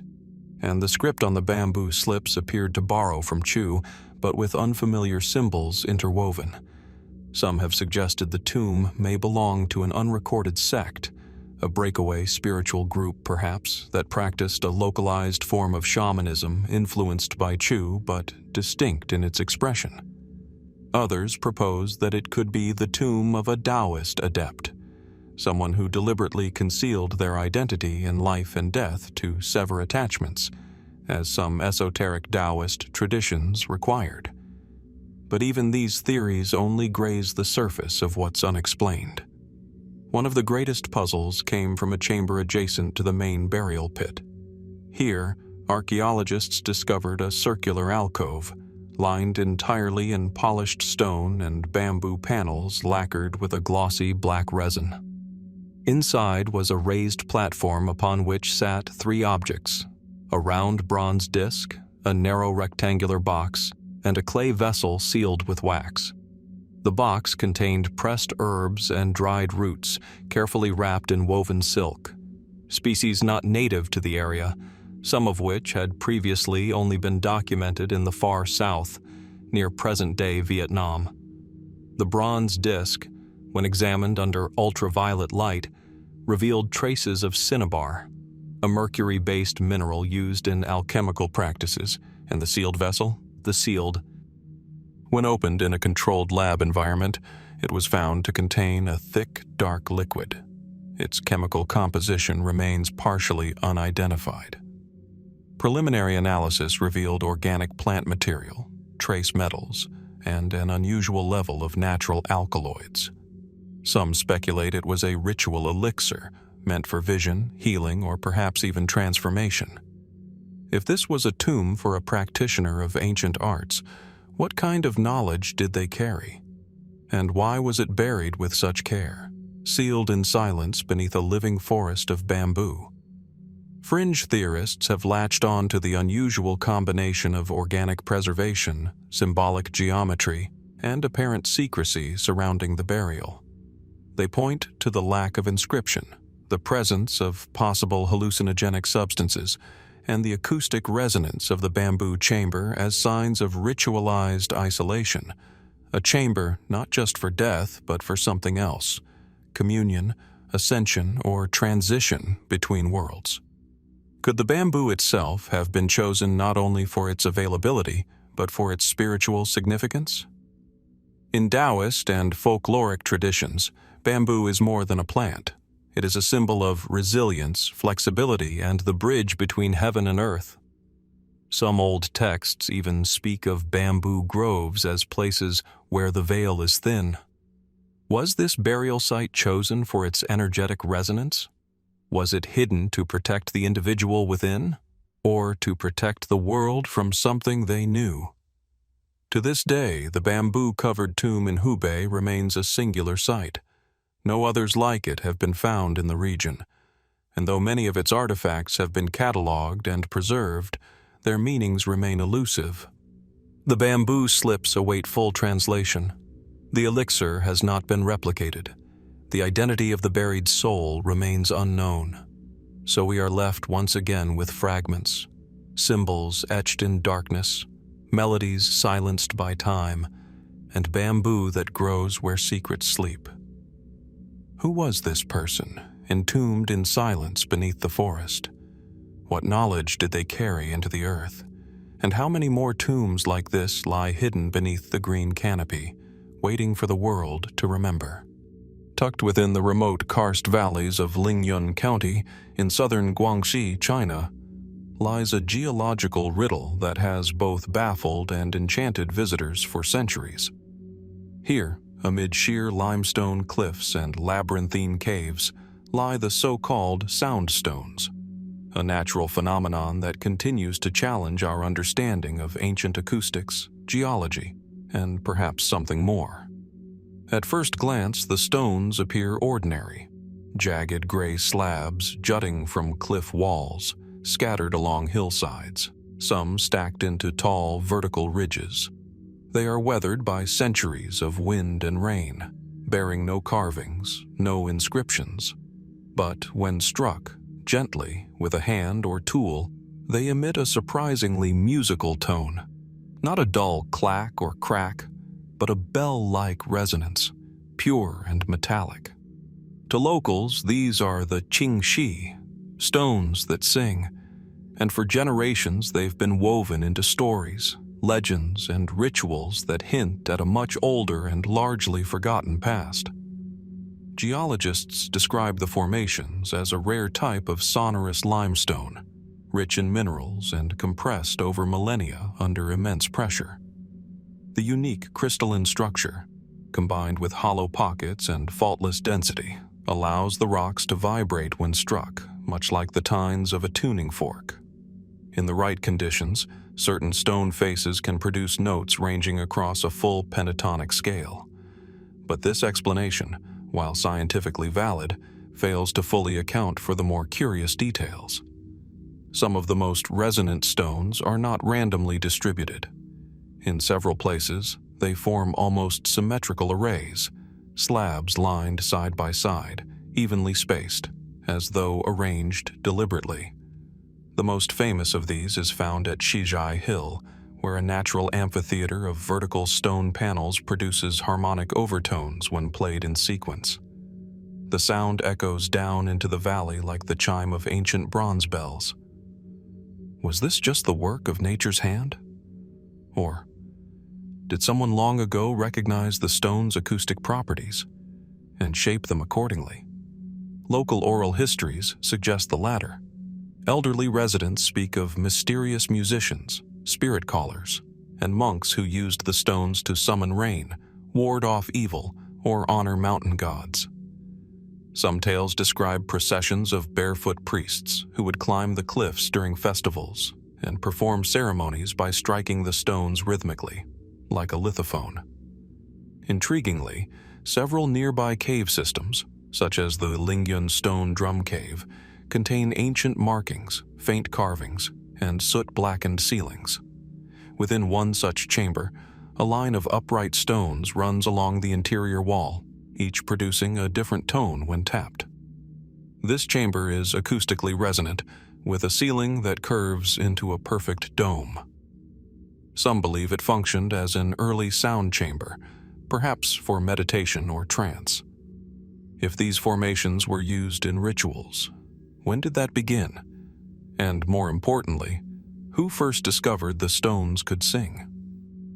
While the stones have no formal connection to a known historical kingdom or temple, some scholars point to the broader cultural context of southern China. During the late Neolithic and Bronze Age, the region was home to a network of non-Han ethnic groups, including the Baiyue, whose traditions, material culture, and spiritual practices are poorly documented but deeply rooted in animism and nature worship. Several burial sites attributed to Baiyue communities have revealed stone drums, bronze bells, and ritual gongs, objects associated not with warfare, but with sound. Could the sound stones of Lingyun have served as a kind of proto-instrument, a sacred means of communication between people and spirits? Others go further still. In 1987, a team of acoustic engineers from Beijing visited the site to document the frequencies produced by the stones. They noted that certain clusters, particularly those facing east, emitted tones within a specific harmonic range used in early Chinese court music. While this could be coincidental, it raises an unusual possibility that ancient musicians, traveling far from imperial centers, might have tuned the stones or selected their arrangements based on an early form of sonic theory. But there are no texts, no diagrams, no blueprints or records, just stones and sound. More speculative voices have suggested even stranger interpretations. Some believe the sound stones represent a kind of geophonic map, using tones to echo environmental patterns or celestial movements. Others suggest that long-lost cultures may have used them for healing, akin to modern sound therapy, or as astronomical markers, activated by seasonal resonance. Still others point to similarities with other lithophones across the world, from Vietnam to West Africa to the Scottish Highlands. Is it possible that humans across ancient cultures independently discovered the resonant properties of stone, or that knowledge of such places traveled along forgotten trade routes? Fringe theories propose that the acoustic quality of these formations was no accident at all, but evidence of a now lost understanding of Earth's vibrational energies. In this view, the sound stones were not instruments of music, but instruments of tuning, tools for aligning human consciousness with the rhythms of the planet. Though unproven, such ideas touch on something undeniably felt by those who visit. There is a strange serenity here, a quietness that is not silence, but the expectation of sound. And when the stones are struck, when their voices ring out across the mountain, it's not hard to imagine that someone, long ago, listened just as we do now. To this day, the sound stones of Lingyun County remain unmarked by monuments, largely absent from textbooks and seldom included in official heritage registries. Yet they endure, humming softly through history, awaiting curious hands and open minds. There are still caves left unexplored, ridges untested, tones unrecorded. So we ask once more, were these singing stones the forgotten instruments of a vanished faith, the remnants of an ancient science we no longer understand? Or are they, even now, whispering truths we have yet to learn how to hear? Across the vastness of China's historical landscape, amid rice terraces, river valleys, and long-forgotten trade routes, stand pagodas, tall, elegant towers of wood, brick, or stone, layered like stacked umbrellas pointing to the heavens. These architectural relics, once vital to Buddhist ritual and symbolism, appear in various dynasties, styles, and materials. But there is something strange about them, something that only reveals itself when seen from above, or from space. When researchers began mapping the locations of China's oldest surviving pagodas, some dating back to the Six Dynasties period, others to the Tang and Song dynasties, a pattern emerged. They did not stand randomly across the landscape. Many appeared to fall along precise lines, longitudinal, latitudinal, and even diagonal alignments stretching hundreds of kilometers across provinces. From Henan to Shanxi, from Jiangsu to Hunan, pagodas, constructed in different centuries by unrelated patrons, form linear paths across terrain that varies from mountain to plain, and they are not simply clustered along trade routes or riverbanks. These alignments often cut against geographic convenience. They appear to follow a logic that is not purely economic, political, or religious. So the question naturally arises, why? One of the most striking examples can be found along what some call the Pagoda Meridian Line, a vertical alignment stretching from Ying County's Wooden Pagoda in Shaanxi, down through the pagoda forest at Shaolin Temple, and continuing to several lesser-known towers in the south. Though constructed at different times, many of these pagodas fall within less than a degree of longitude. Their internal staircases spiral in the same direction. Their entrances often face a shared azimuth, east or southeast, depending on the season of construction. Could this be coincidence? Perhaps. Or perhaps the builders were following a tradition that has long since been forgotten. Mainstream historians offer cautious explanations.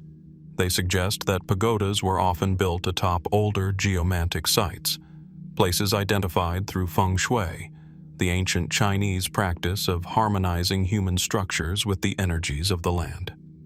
According to feng shui, certain alignments can enhance the flow of qi, the life force that moves through earth and sky.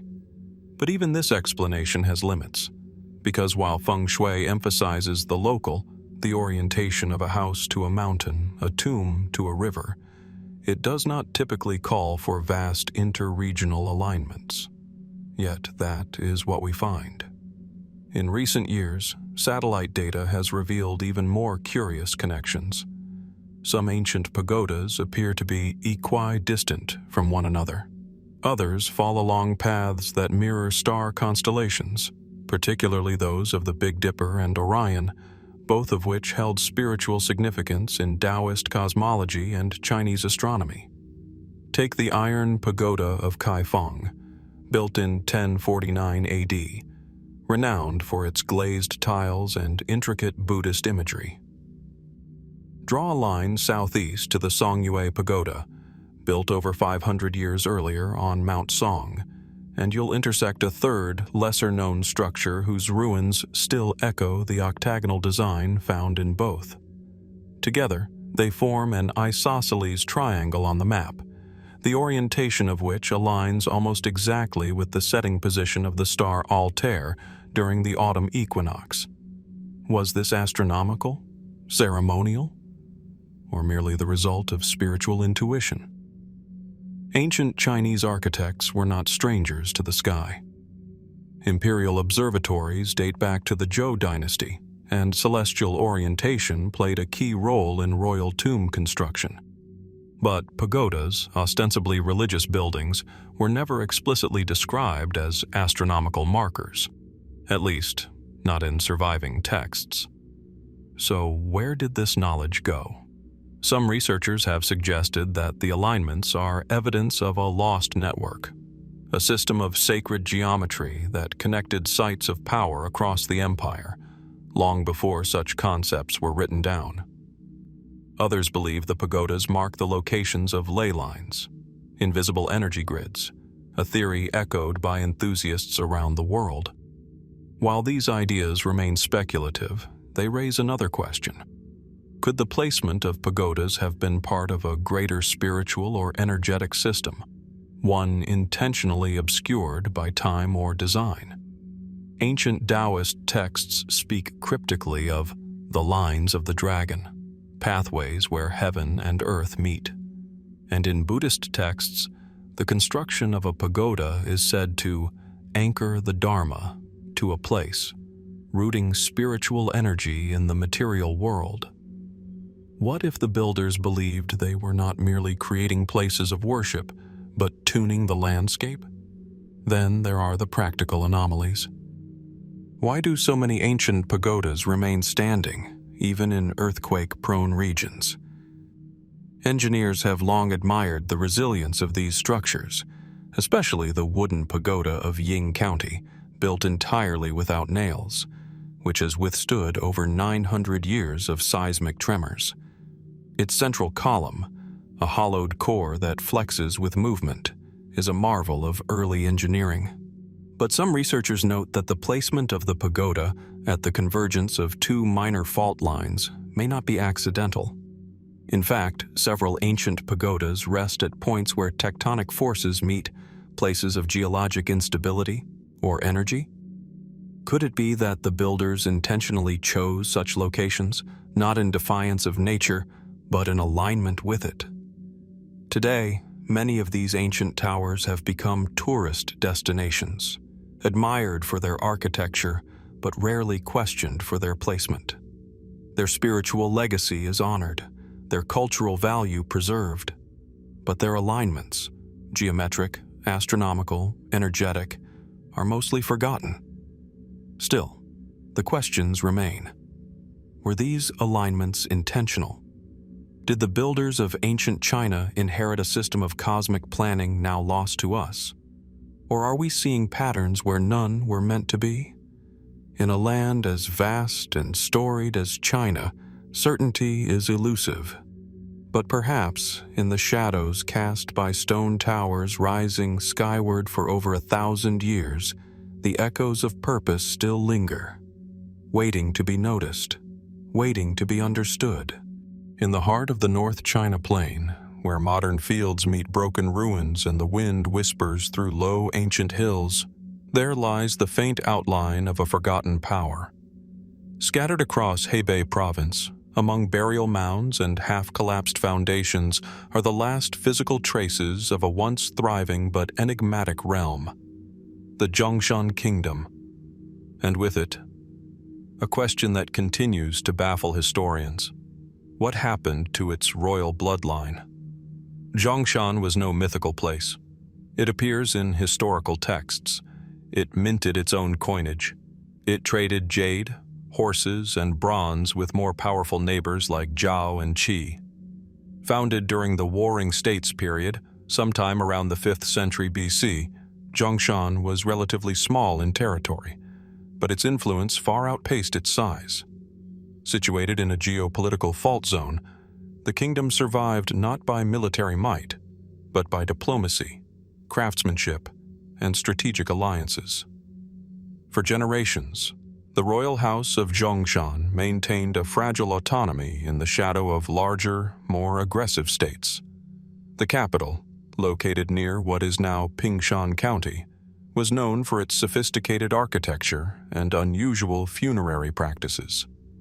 In 1974, archaeologists unearthed a series of royal tombs at Sanji, believed to belong to Zhongshan kings and their consorts.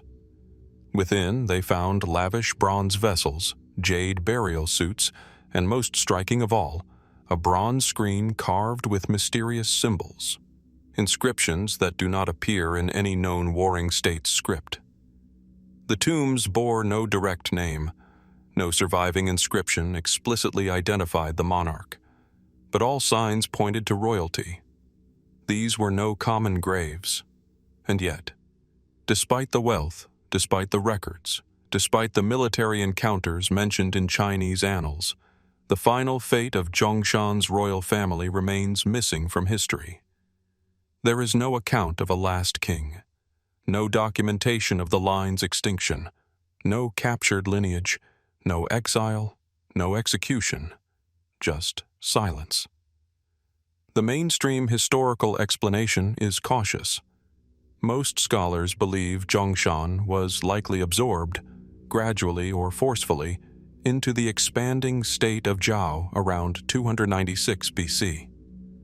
Perhaps the royal family was eliminated, perhaps exiled or married off into obscurity. It would not be the first time a dynasty vanished without ceremony.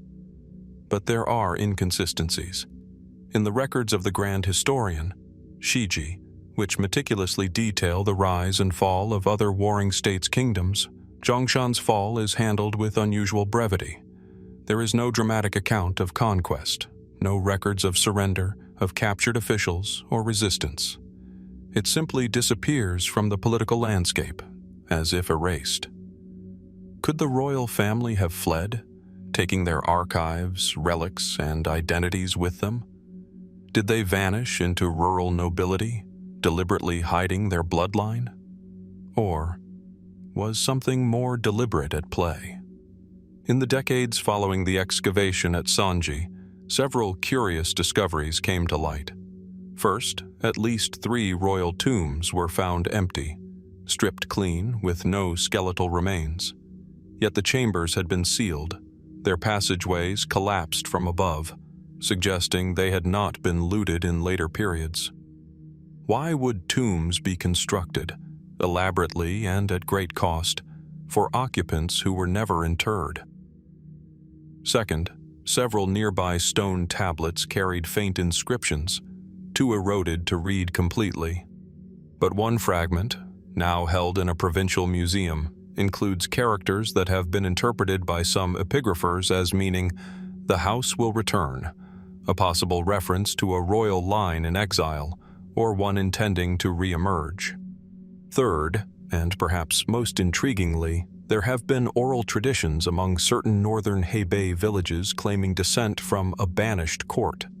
Stories passed down in folk songs and seasonal festivals speak of ancestors who once wore serpent-shaped crowns and came from the lost stone city. The lyrics are cryptic, symbolic, but their presence in multiple villages suggests a deeper cultural memory. Are these merely echoes of myth or fractured remnants of historical truth? Fringe theories, though unverified, offer still more curious possibilities. Some point to the Zhongshan royal bronzes, known for their distinctive triangular motifs and unusual alloy composition. Recent metallurgical analysis found higher than expected levels of tin and trace elements, suggesting a formula not typically used by neighboring states. A few have speculated that this technique came from outside the Central Plains, perhaps linked to nomadic steppe cultures, or even earlier Shang dynasty remnants. Could Zhongshan have preserved or inherited older esoteric knowledge, a tradition not shared by other kingdoms? And if so, might that tradition have made them a target, not just for conquest, but for erasure? Still others suggest the royal family may have retreated underground, not literally into tunnels, but into secrecy, disguised, hidden, preserving lineal identity and ritual knowledge until a safer age, but that safer age never came. Of course, there is no hard evidence of a hidden dynasty, no scrolls or family trees recovered. Theories, for now, remain speculative, but even among serious scholars, the mystery persists. Why is there so little written about the end of Zhongshan's royal line? The artifacts remain. The tombs, though looted or empty, remain. The architecture, the pottery, the lingering motifs, they all tell us a culture once stood here, proud and distinct. But their names, their faces, their final fate, that part of the story never made it into the record. So we are left with fragments, and a question that seems to echo louder with each passing decade. Did the royal blood of Zhongshan simply vanish into the soil of Hubei? Or is it still out there, hidden among us, unrecognized, waiting to be rediscovered? In the westernmost reaches of China, where the deserts of Xinjiang meet the highlands of Central Asia, lies a landscape that has seen millennia of movement, of caravans, exiles, migrations, and forgotten empires. The Tarim Basin, remote and extreme, once held key positions along the ancient Silk Road. It is a place where cultures mixed, vanished, and were buried in sand. And buried among these dunes, something puzzling. Not far from the city of Turpin, near a quiet section of the ancient road known as the Northern Route, archaeologists discovered a series of tombs. Not unusual in itself, this region is home to many ancient necropolises. But these particular tombs stood out.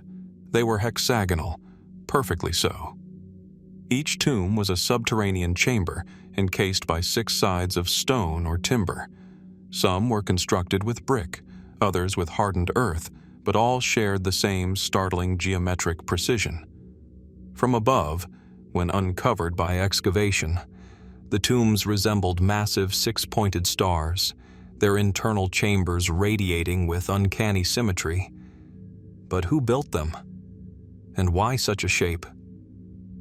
The hexagonal tombs of Xinjiang, as they've come to be called, have been dated to between 200 BC and 200 AD, a time of shifting powers in the region, as the Han dynasty extended westward and the diverse oasis kingdoms of the Tarim Basin tried to maintain their identities. Initial excavations yielded both local artifacts and foreign ones, including Greco-Bactrian coins, silk fragments, and wooden funerary masks bearing facial features more typical of Western Eurasian populations. DNA analysis of nearby burial sites has confirmed a complex heritage. People buried here likely had mixed ancestry, including Indo-European roots. This is not unusual for Xinjiang, but the tombs themselves, their shape, their mathematical precision, and their distribution remain unexplained. Mainstream theories suggest the hexagonal design might reflect a symbolic concept shared among early nomadic or oasis cultures. Some scholars have compared the layout to Central Asian yurt patterns, which use circular bases supported by hexagonal or octagonal inner frames. Could these tombs have symbolized homes for the dead, echoing the geometry of the living? Others point to the Han influence, noting that some tombs incorporate bricks and tiling techniques known in the Han heartland. Perhaps the tombs represent a hybridization, a cultural blend between East and West. But these explanations, while plausible, don't fully account for one odd detail: the precision. Even in tombs built from perishable materials like wood and clay, the angles are consistently close to 120 degrees, the mathematical hallmark of a true hexagon. The layout was not improvised. It was planned, repeated, refined. In some clusters, the tombs are arranged in grids, with the orientation of the hexagons aligned to celestial points.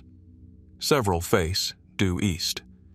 Others are slightly tilted, aligning more closely with solstice sunrise positions. Was this astronomical or ritual? A few scholars have drawn parallels to early Zoroastrian burial practices, especially given the hexagon's symbolic presence in ancient Persian cosmology. Others have looked even further west, noting similarities to pre-Islamic Central Asian star maps, where hexagonal symbols denoted celestial realms or protective spirits. If the builders were influenced by these ideas, how did such knowledge reach the Tarim Basin? Was it brought by travelers, by priests, or by merchants who traded more than just goods? Even more curiously, certain tombs, especially those near the Gaochang ruins, contain painted motifs not seen elsewhere in Han-era China. Swirling patterns, six-fold rosettes, and geometric mandalas that resemble symbols from as far as Sogdiana, or even ancient Mesopotamia. Could the hexagon have held a sacred mathematical meaning, passed through forgotten spiritual traditions? Or was it simply a design, elevated over time by function and form? More speculative voices suggest an even deeper mystery. They ask, why have similar tomb structures not been found in other parts of China? Why here? Why this geometry? Why during this specific 400-year period? Some posit that the hexagonal layout was not only symbolic, but acoustic, an attempt to shape the tomb chamber in a way that influenced sound or vibration. Others hypothesize that the shape may relate to burial energy practices, designed to orient the spirit or soul in a specific direction, or to contain spiritual forces within the six-sided chamber. And then there are the truly fringe ideas, that the hexagons correspond to subterranean energy grids, or even to ancient knowledge systems lost before recorded Chinese history. No scrolls or writings have been found within these tombs to clarify the builder's intentions. Only objects, only silence. In recent years, satellite imagery has identified undisturbed hexagonal outlines just beneath the sands, suggesting that many more of these tombs remain hidden. Their full distribution may span a far greater area than previously believed, but excavation is slow and often restricted due to local conditions or shifting regulations. So for now, much of what we know remains fragmentary, measured, guessed, interpreted. We see the shapes, we trace the lines, we marvel at the symmetry, but we do not know the names of those who built them. We do not know the words spoken during the burials. We do not know the meaning behind the angles. We only know that someone, over 2,000 years ago, believed this shape mattered. Enough to build it again and again and again, across deserts, across generations, across cultures.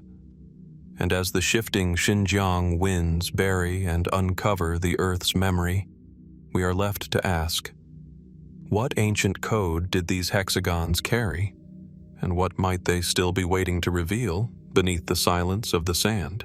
Not far from the banks of the Wei River, in the cradle of what was once the heart of imperial ambition, lies a site that few outside of China have ever heard of, and even fewer truly understand.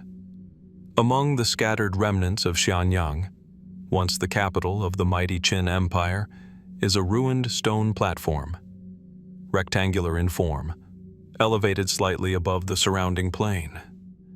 At first glance, it appears simple, unremarkable, but its quiet presence hints at something older, something deeper.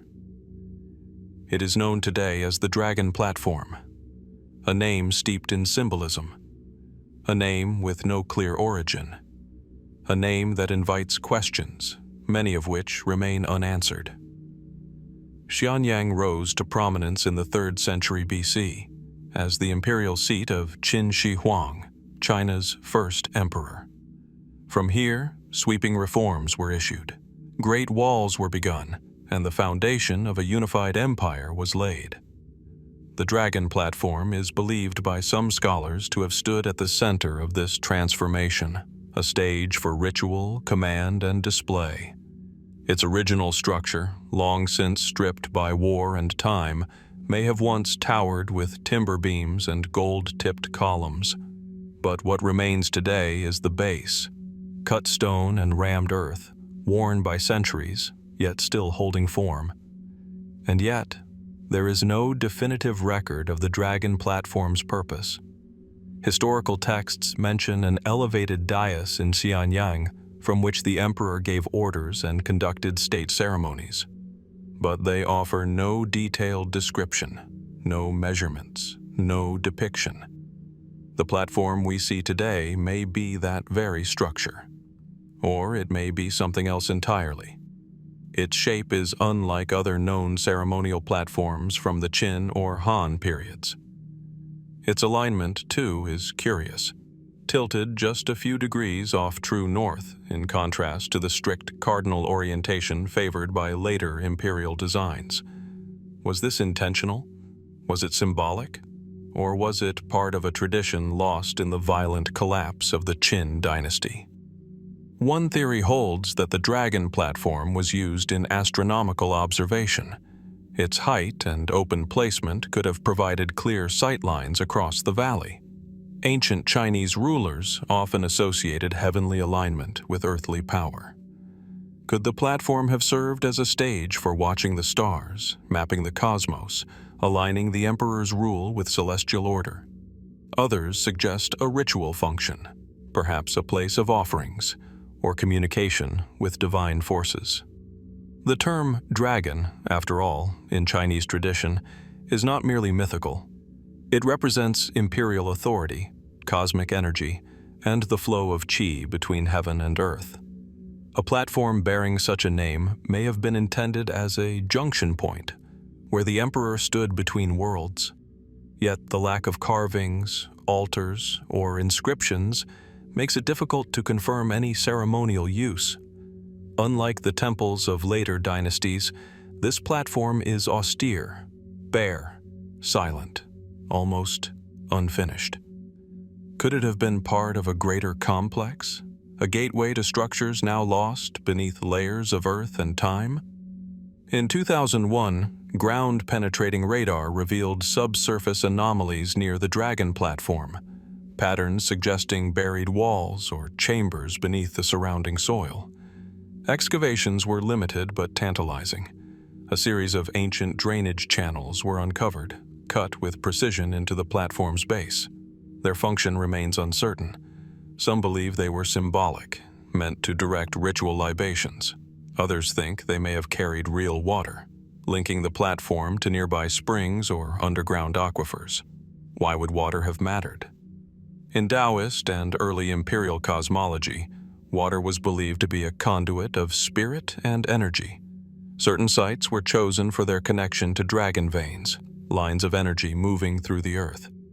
Was the dragon platform intentionally built atop one of these veins? Was its name a literal reference to an invisible force running beneath it?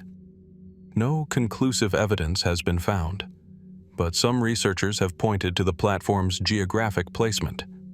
It rests not at the center of ancient Xianyang, but just off-axis, close to a bend in the Wei River, where underground currents are known to converge.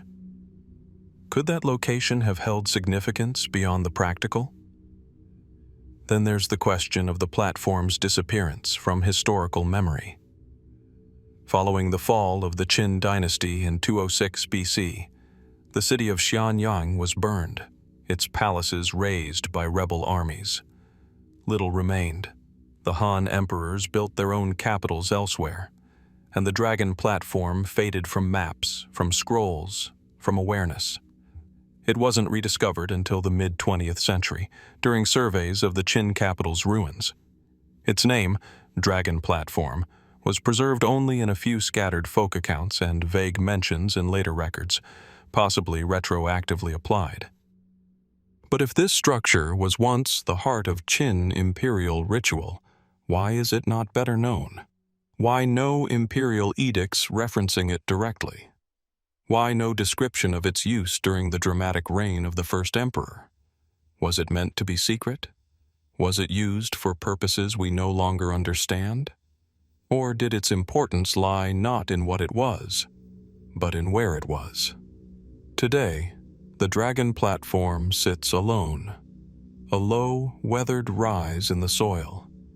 There are no great temples beside it, no monuments to tell its story.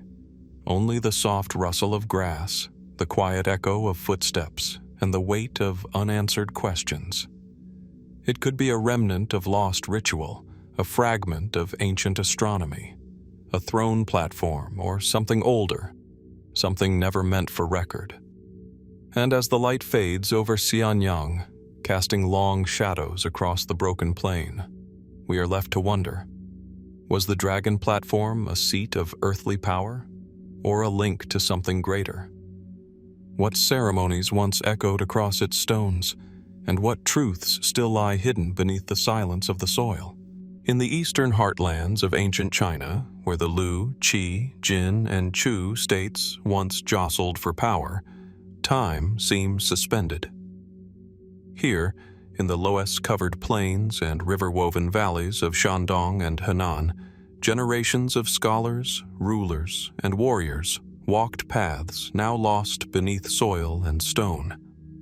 This was the stage of one of the most formative and yet enigmatic epochs in Chinese history, the Spring and Autumn period, a time of fragile alliances, noble houses, and rising philosophies. It spanned more than 250 years, from approximately 770 to 476 BC. And yet, the historical trail it left behind is puzzlingly thin. According to tradition, this era was rich in chronicles and annals, court logs, and military reports.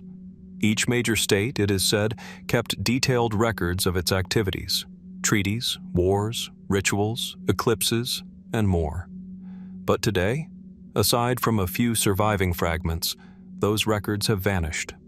Why? And what stories may have disappeared with them? We know the period gets its name from the Spring and Autumn Annals, a cryptic chronicle attributed to Confucius himself, documenting events in the state of Lu year by year. But this sole surviving text is sparse, terse, and at times eerily silent about major events. It reads less like a journal of facts and more like a puzzle of omission and implication. According to ancient commentators, the annals were once accompanied by 3 lost commentaries, elaborating on its meanings. One of these, the Zhuozhuan, survives, but even it is believed to have been written later, drawn from now-lost state archives. Other records, those from Qi, Jin, Chai, Wei, and Zheng, are known only by name. References appear in later texts, such as the Shiji, records of the Grand Historian, and the Guoyu, discourses of the states, which themselves describe the existence of detailed annals that no longer exist. Some of these documents were said to contain diplomatic correspondence, descriptions of rare celestial events, and even debates among ministers, vivid glimpses into the politics and philosophy of the time. But none of them survived. Not one scroll, not one tablet, not even a single verified inscription clearly bearing the name of one of these lost chronicles. Mainstream explanations point to the chaos that followed the Spring and Autumn period, especially during the Warring States era, when cities were burned and archives deliberately destroyed. By the time of the Qin dynasty, many local records were lost or purged. Qin Shi Huang's notorious burning of the books in 213 BC may have erased entire libraries, especially those viewed as threatening to imperial unity. Others note that the fragile materials used at the time, bamboo slips, silk, and wooden tablets, were vulnerable to fire, decay, and war. It is possible, even likely, that the records simply did not survive the elements or time. And yet, that does not explain everything. Archaeological discoveries have shown that many warring states and early Han texts did survive in tombs, buried, protected, preserved. The Guodian Chu slips, for example, unearthed in the 1990s, revealed early Daoist and Confucian thought, hidden for over 2 millennia. So why have no similar caches of Spring and Autumn court records ever surfaced? Were they never buried? Or were they deliberately kept elsewhere? Speculative theories abound. One suggests that the original records, particularly those of powerful states like Jin or Qi, were intentionally suppressed in later eras. Their contents may have contradicted emerging political narratives or revealed embarrassing truths about revered ancestors, making them targets for quiet elimination. Another theory points to Confucius himself. Some scholars argue that in compiling, or editing, the Spring and Autumn Annals, Confucius deliberately curated a version of history meant to reflect moral lessons, not raw fact. Was he preserving wisdom, or concealing something? Still others believe that secret copies may have been hidden, passed down through isolated scholarly lineages, now lost or dormant. And then there are the more fringe speculations. Could it be that the missing records were stored in repositories yet to be discovered? Sealed chambers in collapsed palaces, remote caves, or mountain shrines, much like the Dunhuang manuscripts found centuries later? Could the historical narrative of early China be missing entire volumes, quietly waiting beneath the dust of some forgotten archive? In 2011, near the ancient site of Linzi, once capital of the powerful state of Qi, archaeologists uncovered what appeared to be storage pits containing remnants of bamboo slips. Sadly, many were water-damaged beyond recognition. Only a few characters were legible, and none were enough to confirm whether these were part of the fabled Qi Annals. In nearby tombs, weapons and musical instruments from the period were recovered, beautifully preserved, but still no scrolls, no texts. The silence remains. What would we know if these records were recovered? Would they rewrite known history? Would we find evidence of early democratic councils, as some philosophers hinted?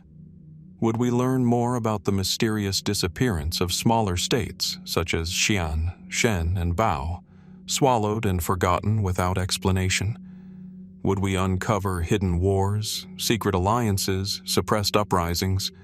Or perhaps we would encounter foreign influences, references to travelers, ideas, or technologies from outside what was then considered the Chinese world. So much of what we assume today about the Spring and Autumn period comes from reconstructed fragments. Hints. Commentaries on commentaries. There is no certainty, only the outline of something once vast, now hollow. And so, we're left with a haunting question. What did the vanished records truly contain? Were they simply lost to time, or quietly buried, intentionally forgotten? Because someone, somewhere, believed their truths were too dangerous to survive? Nestled in the serene outskirts of Chang'an, present-day Xi'an, is a landscape that once teemed with imperial splendor. Today, it is quiet, its forest paths mostly forgotten, its water canals overgrown, its ruins buried beneath soil and time. But over 2,000 years ago, this was Shanglin Yuan, the famed imperial hunting park and seasonal retreat of the Western Han emperors. According to ancient texts, it spanned hundreds of square kilometers, encompassing not only forest and meadow, but grand pavilions, artificial lakes, ceremonial halls, and even entire villages. It was more than a retreat. It was a statement of imperial power. Some even called it a second capital. And yet, remarkably, almost none of it remains. No clear foundations, no preserved halls, no towering gates.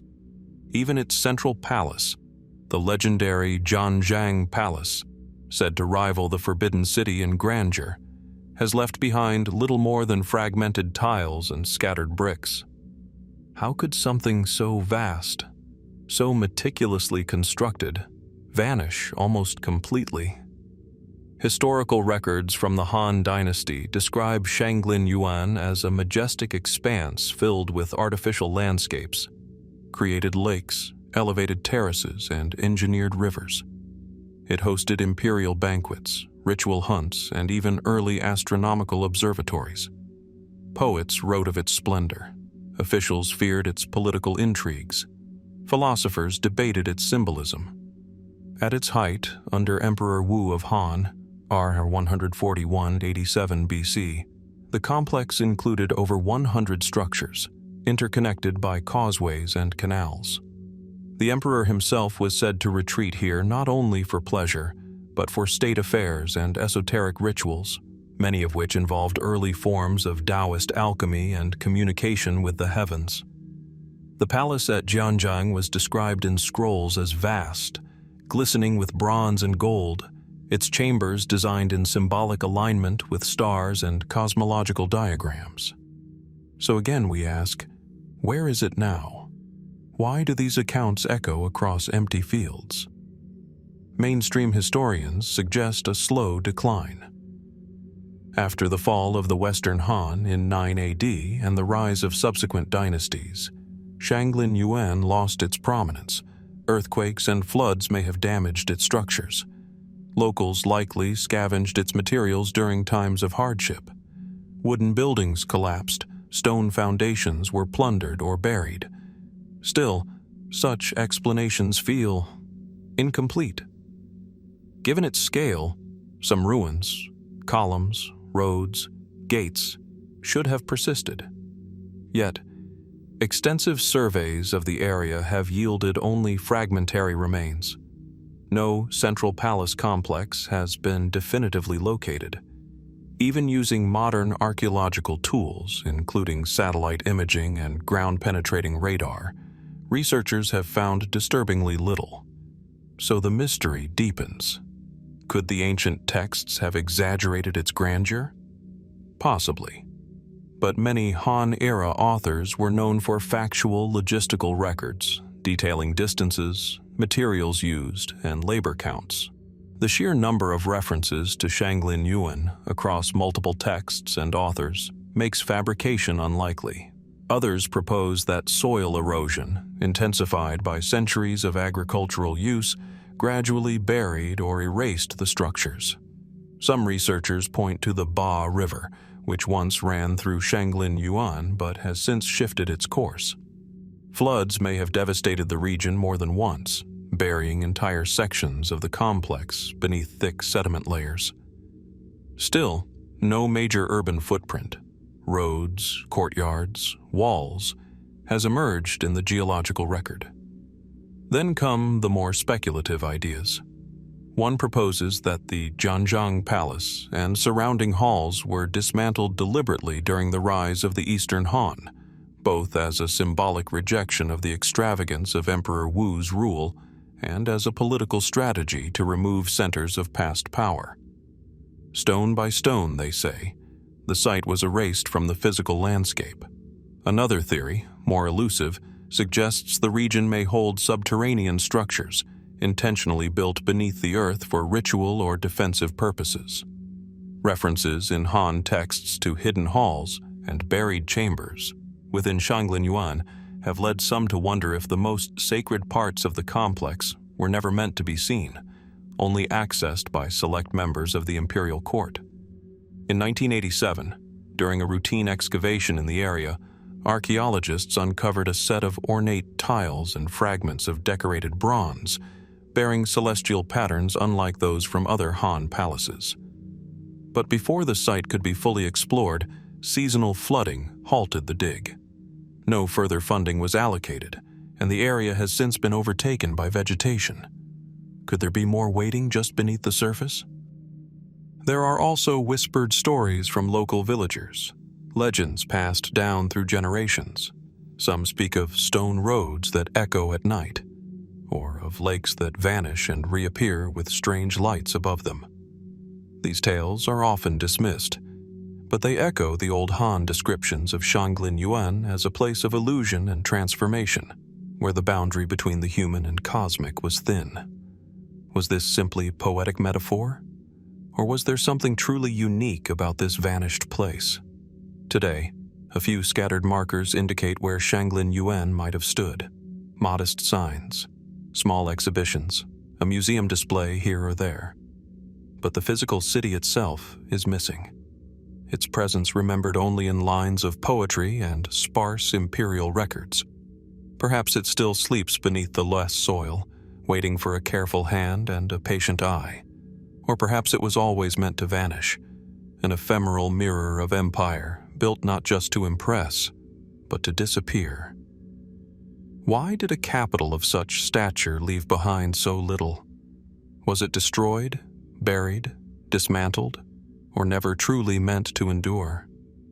And if the forests of Shanglin Yuan still hide the footsteps of emperors, what else might lie just beneath the roots, waiting to return to light?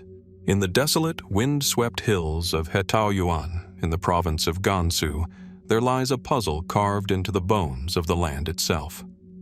Here, among cliffs of weathered sandstone and granite, enigmatic rock carvings, some more than 2 meters wide, cling stubbornly to the walls of a forgotten gorge. Exposed to the elements, yet still remarkably preserved, these engravings are silent, ancient, and uncategorized. They depict scenes that are both familiar and uncanny. Animals in unnatural poses, figures with elongated limbs, and symbols not found in any known script. Local shepherds and farmers have passed them for generations, but it wasn't until the 20th century that the wider world began to take notice. And even now, no one can quite explain them. The Hetaoyuan carvings are spread across a rugged terrain at the confluence of ancient travel routes, paths once used by traders, pilgrims, and armies. This location places them within a broader corridor of cultural exchange. The region formed part of the Hexi corridor, a vital stretch of the ancient Silk Road. At first glance, the carvings appear to be petroglyphs, similar to others found across northwest China. They include animals, deer, goats, birds, and the occasional human silhouette. But among these more common motifs are images that defy easy classification: geometric patterns, spiral glyphs, and what some observers describe as machines or abstract maps. A few figures bear what look like helmets or crowns, accompanied by star-like symbols hovering above them. Others depict beings with outstretched arms and no discernible facial features, posed in ways that evoke ritual or movement, or perhaps something else entirely. Who carved these images? And more importantly, why? Mainstream archaeologists cautiously date the carvings to a broad period, anywhere from the Neolithic era to the early Han dynasty. Some experts suggest they were created over centuries, perhaps even millennia, by different cultures using the same sacred space. The resemblance of certain animal forms to Zhou dynasty bronze motifs suggests an artistic lineage. Other elements point to the Qiang, Yuezhi, or Xiongnu peoples, semi-nomadic groups who inhabited the region during antiquity. But no consensus has been reached. There are no inscriptions accompanying the figures, no dates, no names. Unlike many rock carvings found near ancient settlements, Hetaoyuan is remote, far from known cities, tombs, or battlefields. Why would ancient peoples choose such a secluded place to engrave complex, enduring messages? Could this have been a sacred site, a shrine, or a kind of ancient record meant for gods, not men? In recent decades, scholars have tried to decipher patterns in the carvings. Some believe the layout reflects astronomical alignments, particularly the positions of stars as they would have appeared thousands of years ago.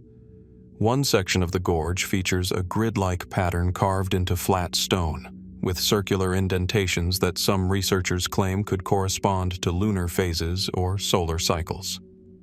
But no one has definitively proven the link. More fringe theories suggest the carvings depict celestial visitors or encode prehistoric technologies. One panel, in particular, has drawn interest for its apparent depiction of a round object with flame-like lines emanating from its base, flanked by human-like figures. To some, it resembles a spacecraft or ritual offering to the sky. Are these purely imaginative projections? Or are they fragments of a cultural language long forgotten, one we no longer know how to read? Complicating matters further is the uniform depth and technique of many carvings, which appear too precise and deliberate to have been made casually. Some suggest the use of metal tools, though if these carvings are truly Neolithic, this would challenge the conventional timeline. There is also the mystery of preservation. Despite being exposed to thousands of years of wind, rain, and sandstorms, many of the carvings retain sharp edges and clean lines. Was there some technique used to harden or seal the stone? or did the unique mineral composition of the rock itself play a role? Even today, the site remains minimally excavated. Due to its remote location, lack of funding, and bureaucratic oversight, comprehensive surveys have yet to be completed. Many carvings may still be buried beneath layers of sediment or hidden within side canyons rarely visited. In the absence of firm evidence, local folklore has stepped in to fill the gap. Villagers speak of the carvings as being the work of sky people, or stone spirits. Some say the figures represent ancient shamans who could speak with the stars, and that the gorge was once a place of sacred vision. Others claim the carvings change shape subtly depending on the time of day, or that strange sounds can sometimes be heard near them after sundown. Most dismiss these tales as superstition. But it's worth noting that many oral traditions have preserved kernels of truth, long before modern science had tools to validate them.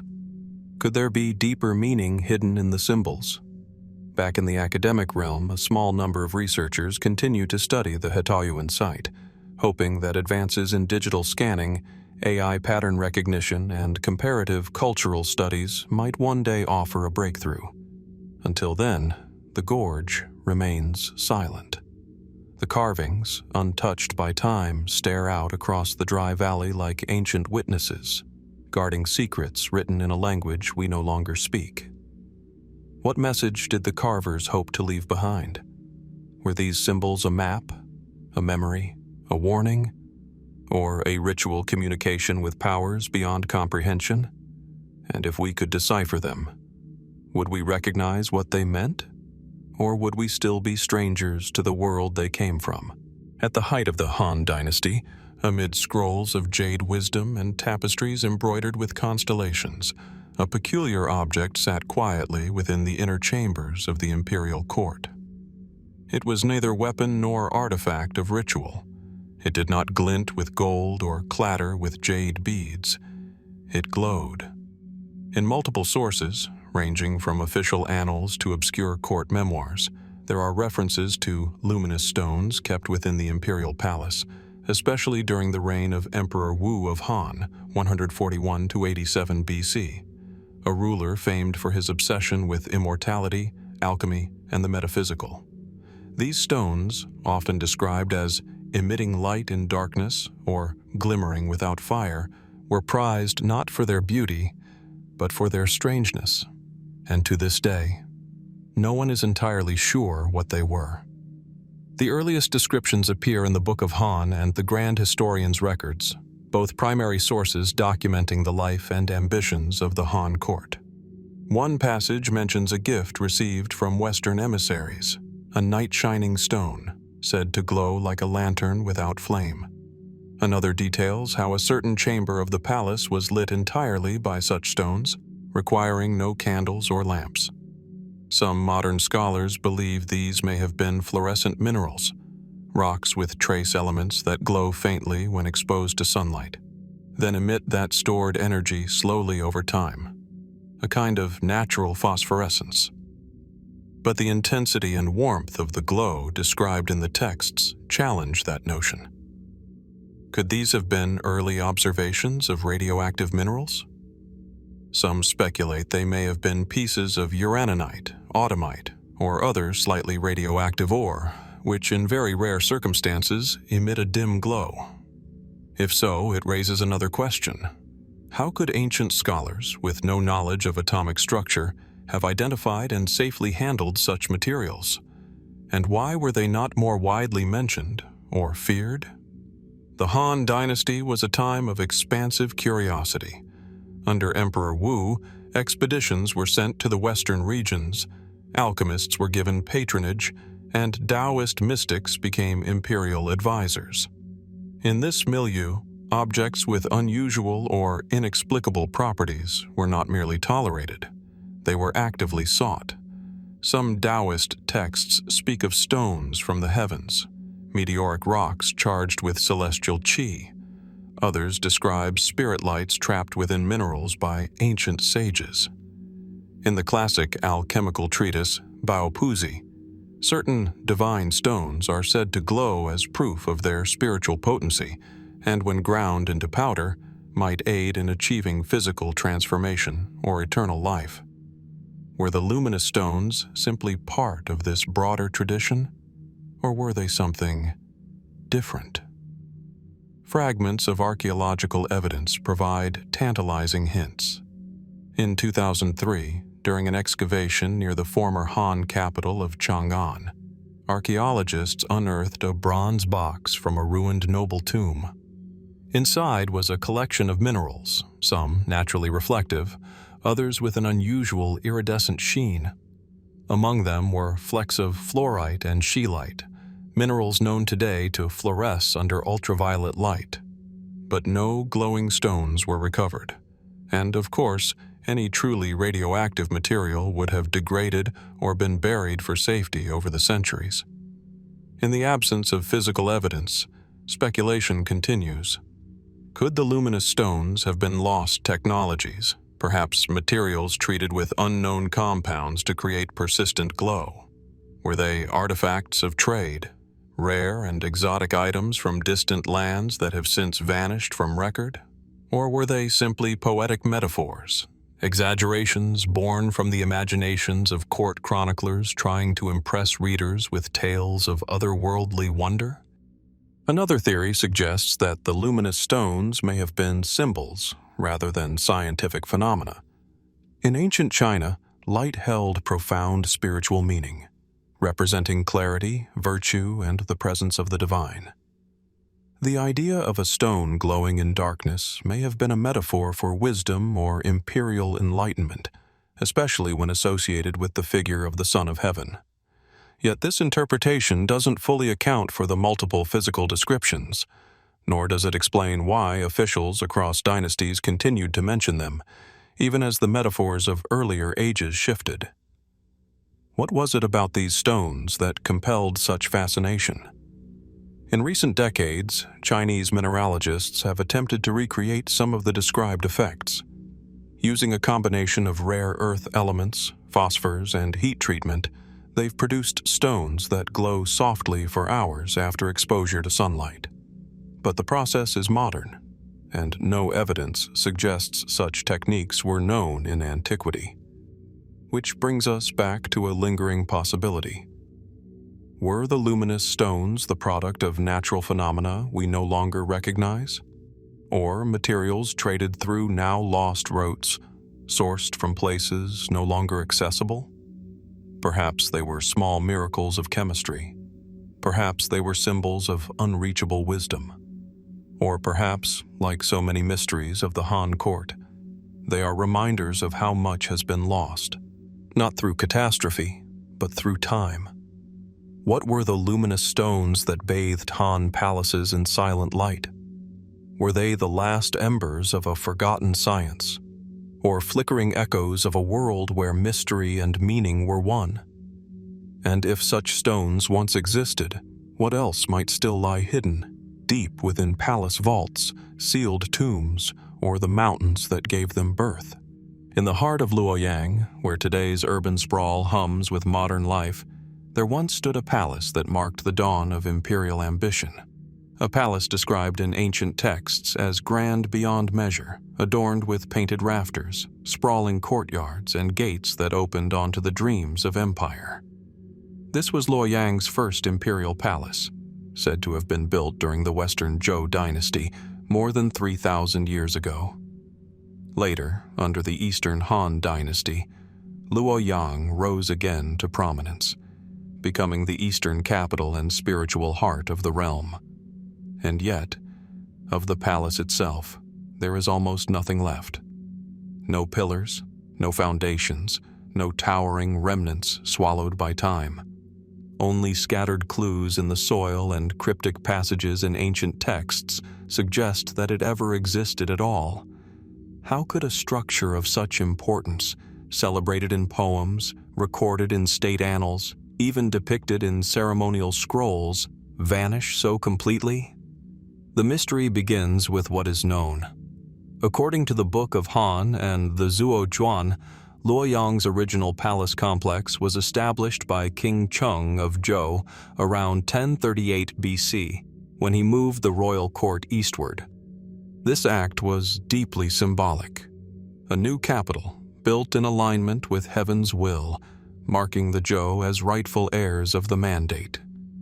Later, during the Eastern Han period, Luoyang was again chosen as the imperial capital. A vast city was constructed, encircled by massive walls and fed by carefully engineered canals. In the heart of it stood the Luoyang Palace, the political and ceremonial center of one of the world's largest empires at the time. And yet, modern excavations across Luoyang have yielded surprisingly little from these earliest palace structures, while traces of later Han and Sui dynasty constructions have been uncovered, such as tiled corridors, fragments of stone steps, and ornamental eaves. Not a single fully intact structure from the Zhou or early Han palaces has been conclusively identified. Is this simply a case of time and erosion, or is something more complex at work? The region around Luoyang is prone to flooding, particularly from the Luo and Yellow rivers. Some scholars propose that repeated inundations may have washed away wooden foundations, eroded earthworks, and scattered architectural debris far beyond their original context. Others point to the ancient Chinese practice of rebuilding. New dynasties often erected their palaces on or near the same site, sometimes reusing materials, often erasing what came before. Still, such reasoning doesn't fully account for the absence of substantial structural remains, especially for a complex as supposedly vast and elaborate as Luoyang's first imperial palace. Where did it go? In the 1990s and early 2000s, archaeologists conducted several large-scale surveys across Luoyang's ancient city footprint. They uncovered road networks, drainage systems, and residential zones, but the core palace area, identified in historical records, remained strangely elusive. In some areas, signs of intentional burial or backfilling were discovered, leading to further questions. Could the original palace have been deliberately dismantled, buried, or hidden from view? There is precedent in Chinese history for ritual abandonment, especially in times of dynastic change. Some structures were destroyed not out of neglect, but by design. In these cases, destruction was a symbolic act, severing ties with a disgraced past or preventing enemies from using a sacred space. Was Luoyang's early palace sacrificed in such a way? And if so, why is this not more clearly recorded?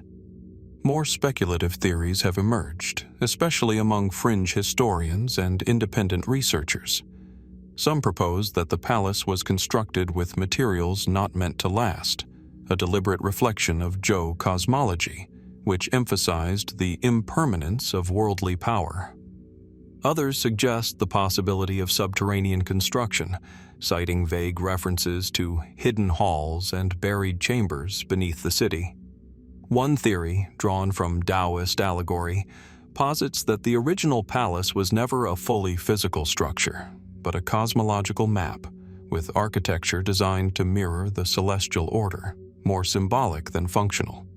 Its disappearance, in this view, was not failure or erasure, but an intended return to the invisible.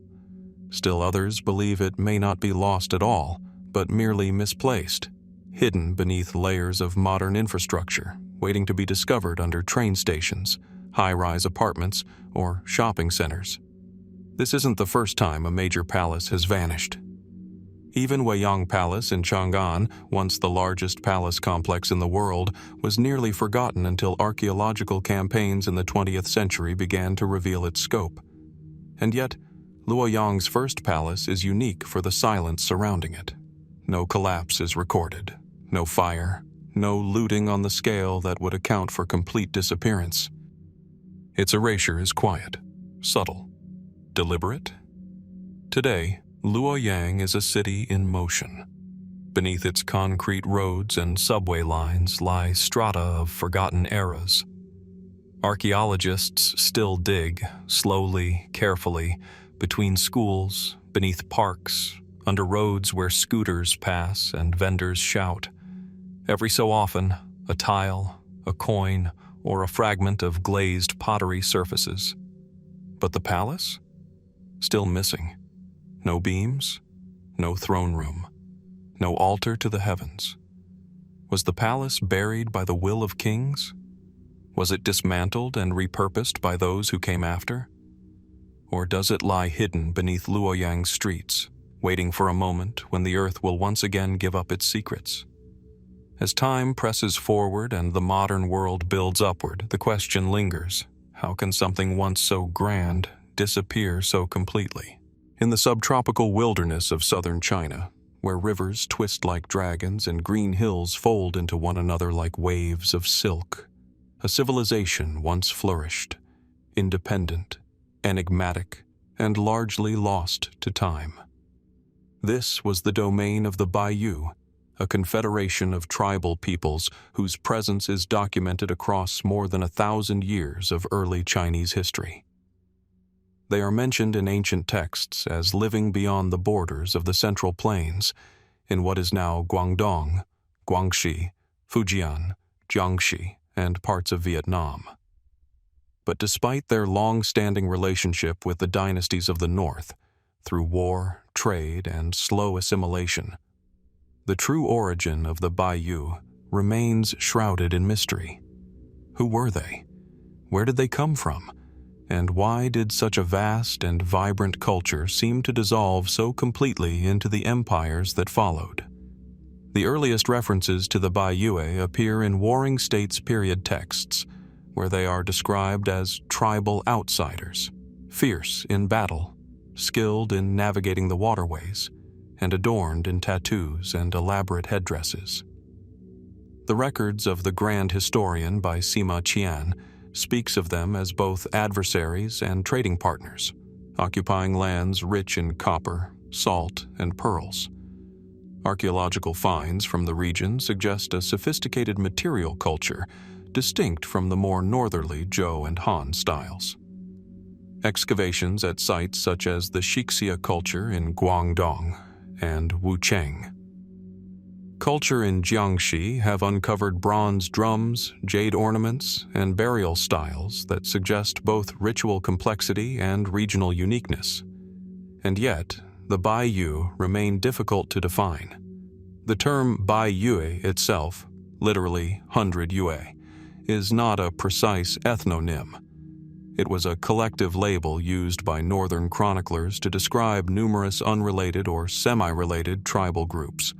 Some may have shared language roots, others only geography. Were the Baiyue a single civilization, or simply a conceptual border, a way for early China to categorize the unfamiliar? Linguistically, the puzzle deepens. Some scholars believe the Yue peoples may have spoken Austroasiatic or Tai Kadai languages, suggesting possible connections to early Vietnamese, Thai, or even Mon Khmer-speaking populations. This raises the question: was the Baiyue heartland part of a larger southern migration of seafaring peoples? Supporting this theory is the shared presence of certain bronze drum designs, found from southern China all the way into northern Vietnam and Laos, intricately cast with solar symbols, bird motifs, and geometric patterns. These drums are not just musical instruments, but seem to carry ceremonial or even cosmological significance, pointing to a shared cultural logic that transcends modern national borders. And yet, despite this, there is no clear origin site, no Baiyue city, no founding text, no surviving language. What remains are fragments, burials here, weapons there, a scriptless legacy lingering in soil and symbol. In the Han Dynasty's push southward, many of these groups were gradually absorbed. Administrative systems replaced tribal leadership. Han settlers arrived in waves, bringing with them Confucian norms, Mandarin language, and the infrastructure of empire. But the Baiyue did not disappear entirely. Their cultural fingerprints survived in rice cultivation techniques, folk songs, tattooing traditions, and even boat-building methods still practiced in some coastal areas. Some modern ethnic minorities in China, like the Zhuang, Shi, Yao, and even parts of the Miao, are thought to preserve genetic and cultural echoes of these ancient southern peoples. Still, the core mystery remains. Why is there so little consensus on where they originated? One theory suggests that the Baiyue were descendants of an even older coastal migration, perhaps reaching China from the islands of Southeast Asia or even South Asia, thousands of years before written history. Genetic studies on ancient remains from southern China hint at diverse origins, showing links to both East Asian and Southeast Asian gene pools. But these findings remain preliminary, enticing but inconclusive. Others propose that the Baiyue represent a native Neolithic development, independent of northern Chinese influence, with their own agricultural revolutions centered on wet rice and taro. In this view, they were not migrants, but a parallel civilization, gradually eclipsed by more centralized, literate empires. Then there are those who venture further into speculative terrain. Could the Baiyue have maintained oral histories or rituals that connected them to lost lands or sunken archipelagos? Some fringe theories draw connections to mythic kingdoms described in early Chinese texts, like Fusu or Guifang, which were said to exist across seas or deep in the southern jungles. Still, such ideas remain unsupported by evidence, fascinating only in how they highlight our desire to fill the void where history falls silent. Even among Chinese historians today, the question is debated. Were the Baiyue ancestors of southern China's modern population, or were they replaced? Were they tribal, or were they merely different? And is the lack of archaeological clarity a reflection of their disappearance, or of our failure to see them properly? The forests and river valleys once occupied by the Baiyue are now home to factories, highways, and sprawling megacities. But the land remembers. Occasionally, during construction, a stone axe is uncovered. A bronze mirror emerges from a hill. Or a burial mound, thought to be natural, reveals ornaments and drums buried for over 2 millennia. Who were the Baiyue? Were they a forgotten civilization, or a web of cultures stitched together by outsiders' words? And if they once held kingdoms of their own, where are their histories, their heroes, their myths? Are they still with us, hidden in language, blood, or landscape? Or has their story already been written, in symbols we've yet to decode? Their origin remains elusive, their legacy, perhaps, waiting to be rediscovered. The plains of Maoling are austere and expansive, punctuated by burial mounds that rise like man-made hills from the dusty horizon. The largest among them, the imposing mausoleum of Emperor Wu of Han, dominates the skyline, a monumental pyramid built not from stone, but of tightly packed earth and ambition. But to its side, half buried beneath soil and time, lies another structure, smaller, unmarked, unfinished. It is this lesser-known tomb that has puzzled archaeologists for decades. Who was it for? Why was it abandoned? And why, despite its proximity to one of the most studied tombs in China, does it remain so little understood? Maoling was more than a tomb. It was a funerary city. Construction began during the reign of Emperor Wu, 141 to 87 BC, and it spanned nearly his entire rule. The tomb took decades to build and required the labor of conscripts, craftsmen, and engineers from across the Han Empire. Around it, a small settlement of nobles, attendants, and guards grew, a necropolis devoted to the afterlife of a single man. Nearby, dozens of satellite tombs were erected for favored consorts, generals, and officials. But one among them, nestled slightly apart, its base incomplete, its corridors barely started, draws attention for all the wrong reasons. This is the unfinished tomb at Maoling, a site without a name, a body, or a story. Excavations began in earnest during the mid-20th century, as part of a broader effort to map the Imperial burial network in the region. What they found was curious: foundations cut into bedrock, walls begun but left low, and a central chamber that lacked any roofing or finished stonework. Pottery shards, a few unfinished tiles, and fragments of tools were discovered, enough to suggest serious work had begun. And then stopped. No burial, no seal, no sign of occupation. Why? Some historians argue that this may have been the intended tomb for a prince or high-ranking official who fell from favor or died before construction was completed.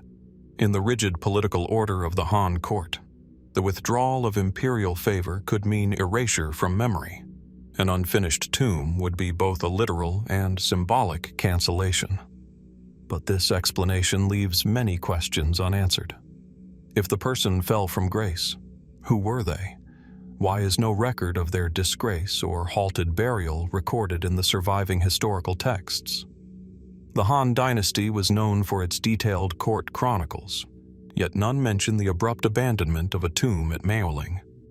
Others suggest the tomb may have belonged to a royal consort, perhaps one who died suddenly, or whose status was politically inconvenient by the time of her death. The Han court was a complex web of factions, intrigue, and shifting alliances. Could this tomb have been halted in the wake of scandal or quiet execution? Still others entertain an alternate idea, that this structure was never meant for a person at all, but was a false tomb, a decoy designed to mislead grave robbers. It wouldn't be the first time. Some emperors of ancient China employed such tactics, commissioning decoy tombs, dummy corridors, or secondary burials to protect the sanctity of their true resting place. Could the unfinished tomb have been built and abandoned by design? But if so, where is the documentation? Why such an elaborate ruse for a tomb so close to the emperor's own mausoleum, already heavily guarded and monumental in its presence? There are even more speculative ideas, whispered among amateur researchers and fringe theorists. Some believe the unfinished tomb may have been abandoned due to a bad omen, a geological flaw, a series of construction accidents, or an astrological sign interpreted by court diviners as unfavorable. The Han placed great importance on cosmic harmony, and a tomb misaligned with the heavens was believed to bring ruin in both life and death. Others wonder if the tomb was meant for someone whose identity had to be erased, someone whose existence posed a threat to the official narrative of imperial history, a usurper, a failed pretender, or someone with knowledge or lineage too dangerous to preserve. Without inscriptions, without remains, and without context, the site remains a cipher. Today, the unfinished tomb at Maoling sits in quiet obscurity, overshadowed by its monumental neighbor. There are no tour groups, no plaques with poetic quotes or dramatic reconstructions. Only grass, wind, and time. But its silence is unsettling. We know so much about Han Dynasty burial customs, about tomb structure, orientation, the ceremonial rituals, the astronomical calculations, the spiritual protections placed upon each chamber. We have uncovered vast tombs filled with lacquered coffins, jade burial suits, and bronze treasures. And yet here, we have almost nothing, except a hole in the earth and the shadow of a plan that was never completed. Was this simply a tomb abandoned due to death or disgrace, a project canceled by decree or cost? Or is it a glimpse into a deeper story, one that someone, long ago, didn't want us to remember? Beneath the silent soil of Maoling, the answers may still lie waiting for someone to listen, waiting for a day when the dead and the forgotten can speak again. High in the mist-laced valleys of central China, where the yellow river curves through mountain gorges like a serpent of silt and time, there are scars etched deep into the land, silent witnesses to ancient cataclysms. In these places, oral tradition speaks of a deluge, not of days or weeks, but of generations. A flood so vast and so enduring that it swallowed kingdoms, erased borders, and reshaped human destiny. This is the world of Gun and Yu, two legendary figures who, according to Chinese myth, confronted a flood of near-apocalyptic scale. Their story, part mythology and part historical allegory, lies at the heart of China's earliest dynastic memory. But how much of this story is legend, and how much might be history? According to ancient texts, the Great Flood occurred during the time of the mythical Emperor Yao, placing it sometime before the rise of the Xia dynasty, China's first dynasty, which is said to have emerged around 2100 BC. The classic of history, Shujing, the Bamboo Annals, and later commentaries like Records of the Grand Historian by Sima Qian recount how the land was consumed by unrelenting waters. Cities were submerged. Crops vanished. Mountains became islands. Chaos reigned. Into this crisis stepped Gun, a minister of Yao, who attempted to contain the floodwaters by erecting massive embankments and dikes. But his efforts, though monumental, failed. The waters could not be tamed. Some versions of the legend suggest that Gun defied the gods by stealing a magical substance, Zirang, an ever-expanding earth that could absorb floodwater. For this act, he was executed, either by divine wrath or by imperial decree. And so, the task passed to his son, Yu. Unlike his father, Yu did not seek to block the water. Instead, he channeled it, cutting canals, dredging riverbeds, and guiding the floods safely to the sea. He is said to have labored for 13 years, passing his home 3 times without entering, so committed was he to his mission. His success earned him the mandate of heaven, and with that, he became Yu the Great, founder of the Xia dynasty, and perhaps the first emperor of a unified Chinese state. To modern ears, it sounds like myth, the classic tale of hubris, redemption, and divine order. And for centuries, many believed it to be just that, a parable of leadership, morality, and cosmic balance. But in recent decades, science has begun to echo the stories of the ancients. In 2016, a team of Chinese geologists led by Qinglong Wu announced evidence of a massive flood event at Jishi Gorge along the upper Yellow River. Sediment layers showed that around 1920 BC, a catastrophic landslide dammed the river, forming a vast lake. When the dam eventually gave way, it unleashed a flood that may have swept downriver for more than 200 miles. The timing is remarkable, lining up with archaeological transitions in early Chinese cultures, and with the supposed emergence of the Xia dynasty. Could this have been the Great Flood? Might Yu's efforts at water management reflect real historical engineering? Perhaps the early origins of China's sophisticated irrigation systems? The story grows more complicated. Some scholars remain cautious, warning against the temptation to match myth to geology too eagerly. The flood event at Jishi Gorge, though significant, may not have impacted the entire North China plain. Other evidence suggests that the flooding described in the texts was not a single event, but a long period of erratic climate and rising water levels, perhaps caused by shifts in the East Asian monsoon. Still, the convergence of oral tradition, written memory, and scientific data continues to fascinate. It raises questions.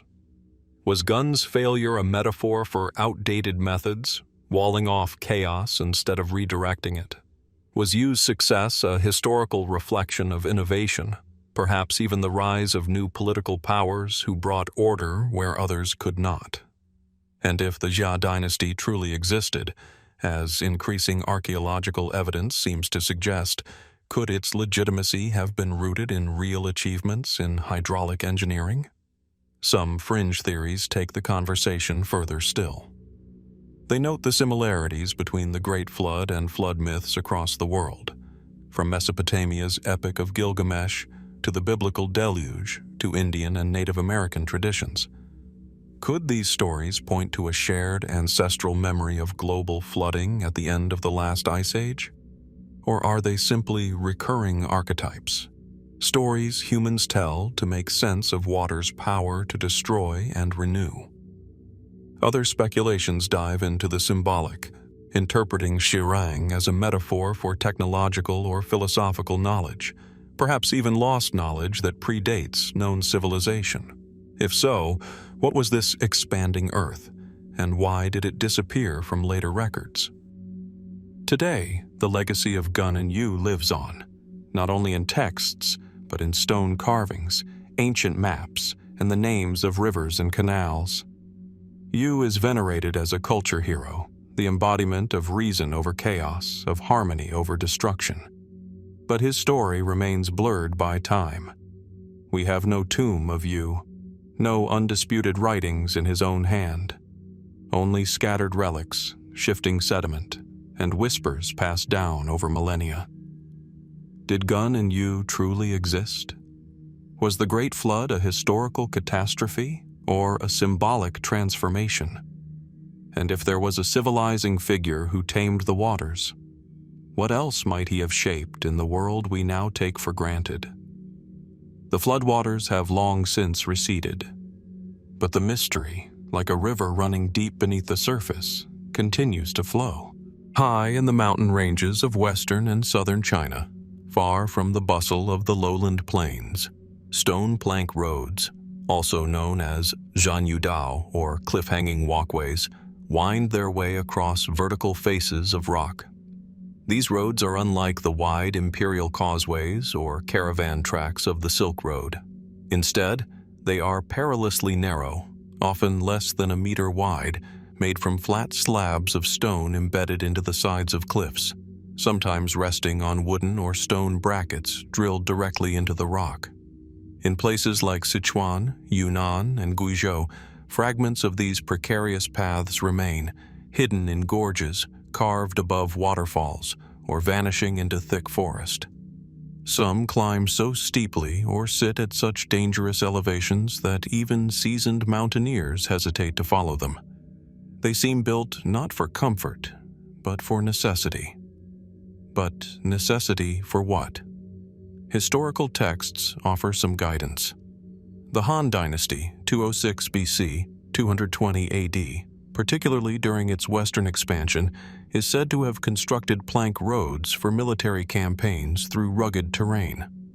These roads allowed troops to pass through otherwise impassable mountain passes, sometimes as part of military strategies against nomadic or rebellious groups. One of the most famous of these, the plank road used to withdraw troops, was built under the strategist Zhuge Liang during the Three Kingdoms period, enabling the safe passage of armies through narrow defiles. But many of the surviving stone roads are older, less refined, and poorly documented. Some are in locations where no known military campaign ever passed. Others are found deep in areas that were sparsely populated even in antiquity. Some roads connect to no known settlement, fortification, or trading hub. Who built these lonely paths across the sky? And why would such great effort be spent carving roads into cliffs that seemed to lead to nowhere? Mainstream scholars believe many of the stone plank roads were used for transporting salt, tea, and rare medicinal herbs, high-value goods that justified the risks and labor of mountain travel. In regions like Shu, modern Sichuan, where salt wells were worked for centuries, these roads may have facilitated trade with the outside world. Yet the engineering of some roads suggests a level of sophistication unusual for simple regional trade. Stone anchors are often set with mathematical precision. Some roads maintain consistent gradients over impossible terrain. Others are oriented with celestial alignments, tracing sunrises or equinoxes across the ridges. What merchants, desperate or disciplined, would invest in such design? More curiously, certain sections show masonry techniques not commonly associated with local dynasties, such as tightly jointed stonework and complex bracketing systems. Could this indicate influence from foreign builders, or perhaps older, undocumented cultures with engineering knowledge that has since been lost? In recent years, archaeologists have begun to use LiDAR and satellite imaging to trace the extent of these cliffside networks. What's emerging is a picture of a much larger and more interconnected system than previously assumed. Some stone plank roads span hundreds of kilometers, winding across multiple provinces, intersecting with old pilgrimage routes, trade arteries, and mountain temples.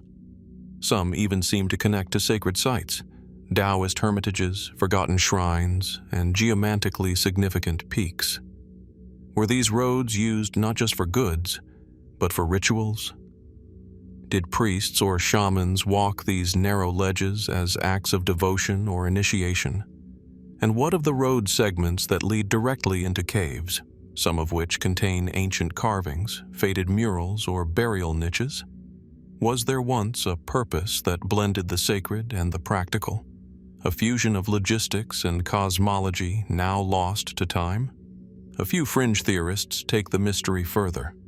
Some propose that the stone plank roads were remnants of a lost highland civilization, predating the dynasties we know, a culture that inhabited the mountains and mastered their geography, perhaps displaced or absorbed long before historical records began. Others suggest they were built not just as roads, but as messages or marks, aligned with ley lines, mountain energy flows, or even ancient sky maps. The orientation of some paths has led to speculation about astronomical functions, akin to those attributed to megalithic sites in the West. But without inscriptions, without texts, and often without artifacts beyond the roads themselves, these ideas remain speculative. Still, the mystery lingers. In one ravine in northern Guizhou, villagers tell stories of a ghost road that appears only in morning mist, where footsteps echo, but no traveler is ever seen. In Sichuan, elders remember legends of mountain spirits who would punish those who walked the plank roads without offering prayer. Folklore, perhaps. But even local legends agree on one point. These roads are not ordinary. Today, much of the stone plank infrastructure lies abandoned, slowly reclaimed by moss and cliffside vines. Some segments have been restored for tourism, others remain too remote or treacherous to reach. In a world increasingly paved and digitized, these ancient mountain roads feel like echoes from another age, an age where survival and mystery were one and the same. Who first imagined a path where only birds could fly? What secrets rode on the backs of men along these perilous trails? And what might still be waiting, forgotten, beyond the next bend in the cliff? The stone roads remain. They cling to the mountains like veins of memory. But the hands that carved them and the footsteps that once filled them are long gone, leaving only silence and stone. As we descend from the mist-veiled cliffs and enigmatic plank roads of China's southern highlands, our attention is drawn northeast, toward the plains of Henan province, where history lies layered beneath the soil. Here, in the ancient capital city of Luoyang, the past does not only endure, it sleeps. But beneath the earth, in places untouched by modern hands, something stirs the imagination. Strange subterranean tomb pits, carved deep into less and limestone, veiled in silence, and heavy with unanswered questions. Luoyang, one of the 4 great ancient capitals of China, was a seat of power for 13 dynasties. For over 2,000 years, emperors, poets, scholars, and generals walked its palaces and gardens. Today, much of that splendor is buried, the surface giving little indication of what lies below. And it is below, sometimes 30 or 40 feet down, that a network of tomb pits, tunnel systems, and sealed chambers has been uncovered, many of them bearing no names, no inscriptions, and no obvious royal associations. Why are they here? And why are some of them so deliberately empty?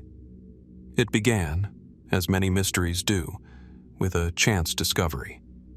In the 1980s, during routine construction in a developing district of Luoyang, workers unearthed what appeared to be the roof of an underground chamber.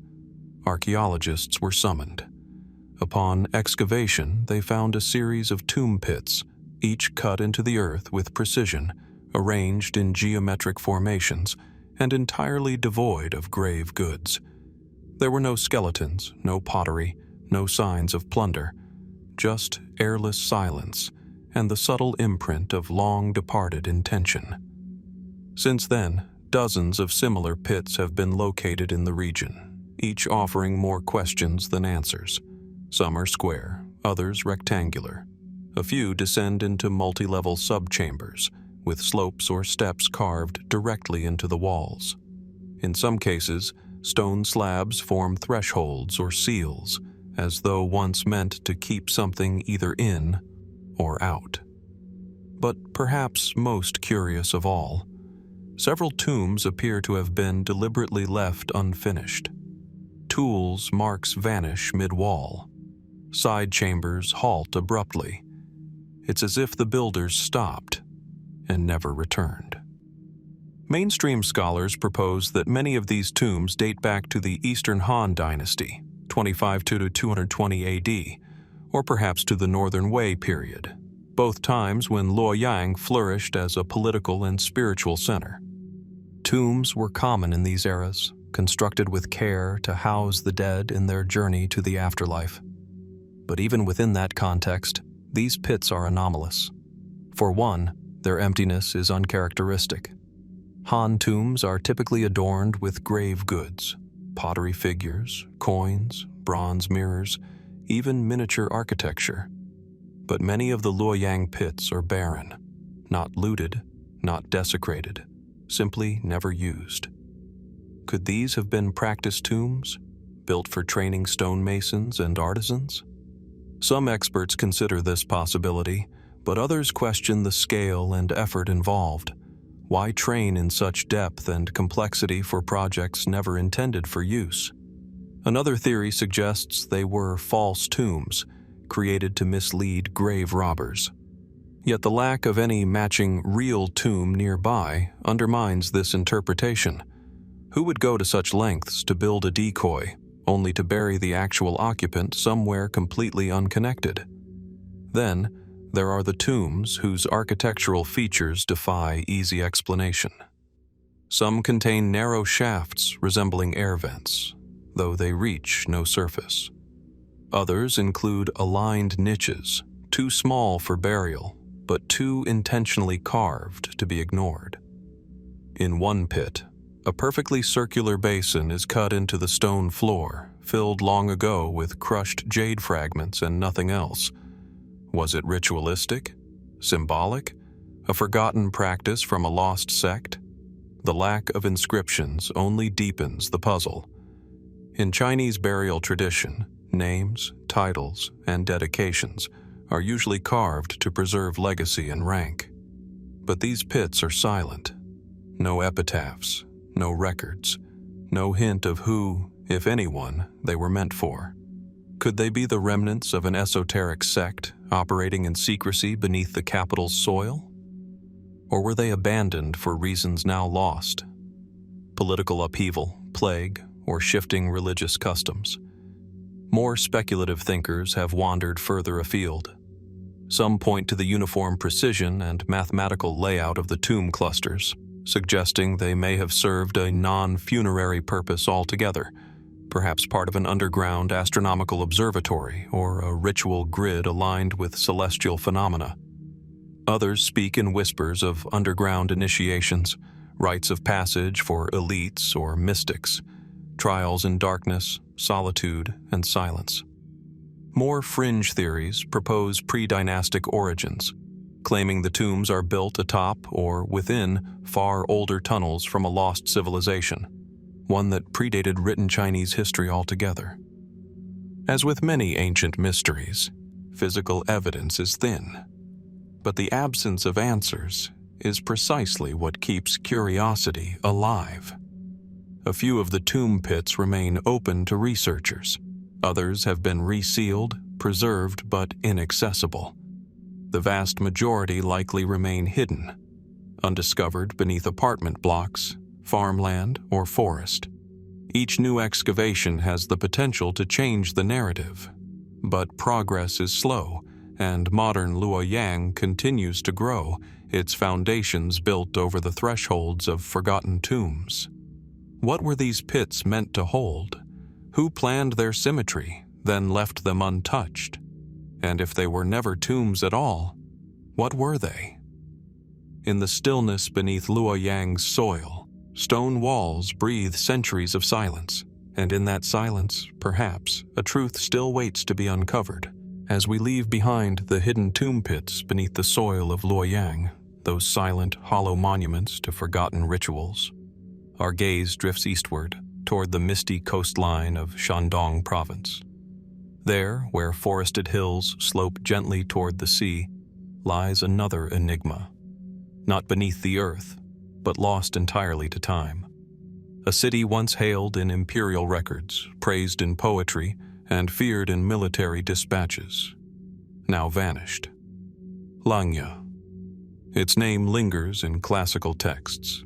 Its noble families, emperors, and scholars are etched into Chinese dynastic chronicles. Yet the city itself, its walls, its markets, its temples, has slipped from the map, seemingly swallowed by centuries. What happened to Langya? And why can't we find it?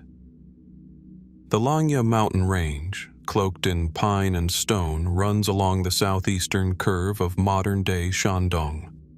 Rising like a natural fortress, it commands a panoramic view of the Yellow Sea.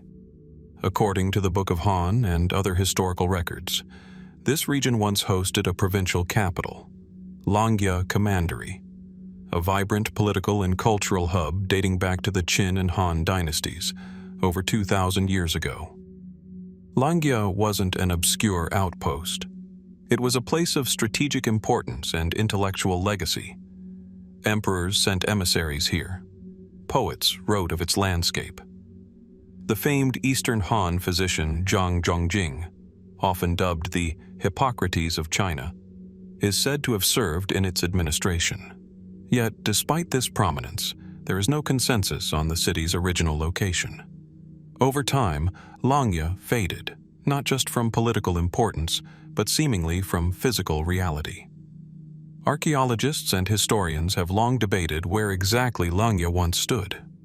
Ancient maps place it near present-day Linyi, while some suggest Rizhao or even Qingdao along the coast. Each candidate city holds fragments, broken tiles, worn stone tablets, inscriptions, but none definitive. Excavations have unearthed Han period relics throughout the region, including city walls, drainage systems, and relics inscribed with the name Langya. Yet each site reveals only part of the picture. Some lack the scale expected of a capital. Others show signs of later occupation, as if built atop something older, erasing what lay beneath. Could Langya have been moved, refounded elsewhere, its old structures repurposed or lost to decay? Or was it destroyed, not just by war or nature, but perhaps, intentionally, erased from the landscape? One of the few surviving hints of Langya's grandeur comes from a towering stele found near the mountain range, the Langya Terrace inscription, carved during the reign of Emperor Qin Shi Huang in the 3rd century BC. It celebrates the emperor's eastern expedition and his vision of unified rule. The stele implies that Langya was not only a military outpost, but a symbolic outpost of imperial power, an eastern sentinel looking toward the Pacific. So why would such a symbol vanish? Some scholars propose natural disasters. The region is prone to flooding, earthquakes, and coastal erosion.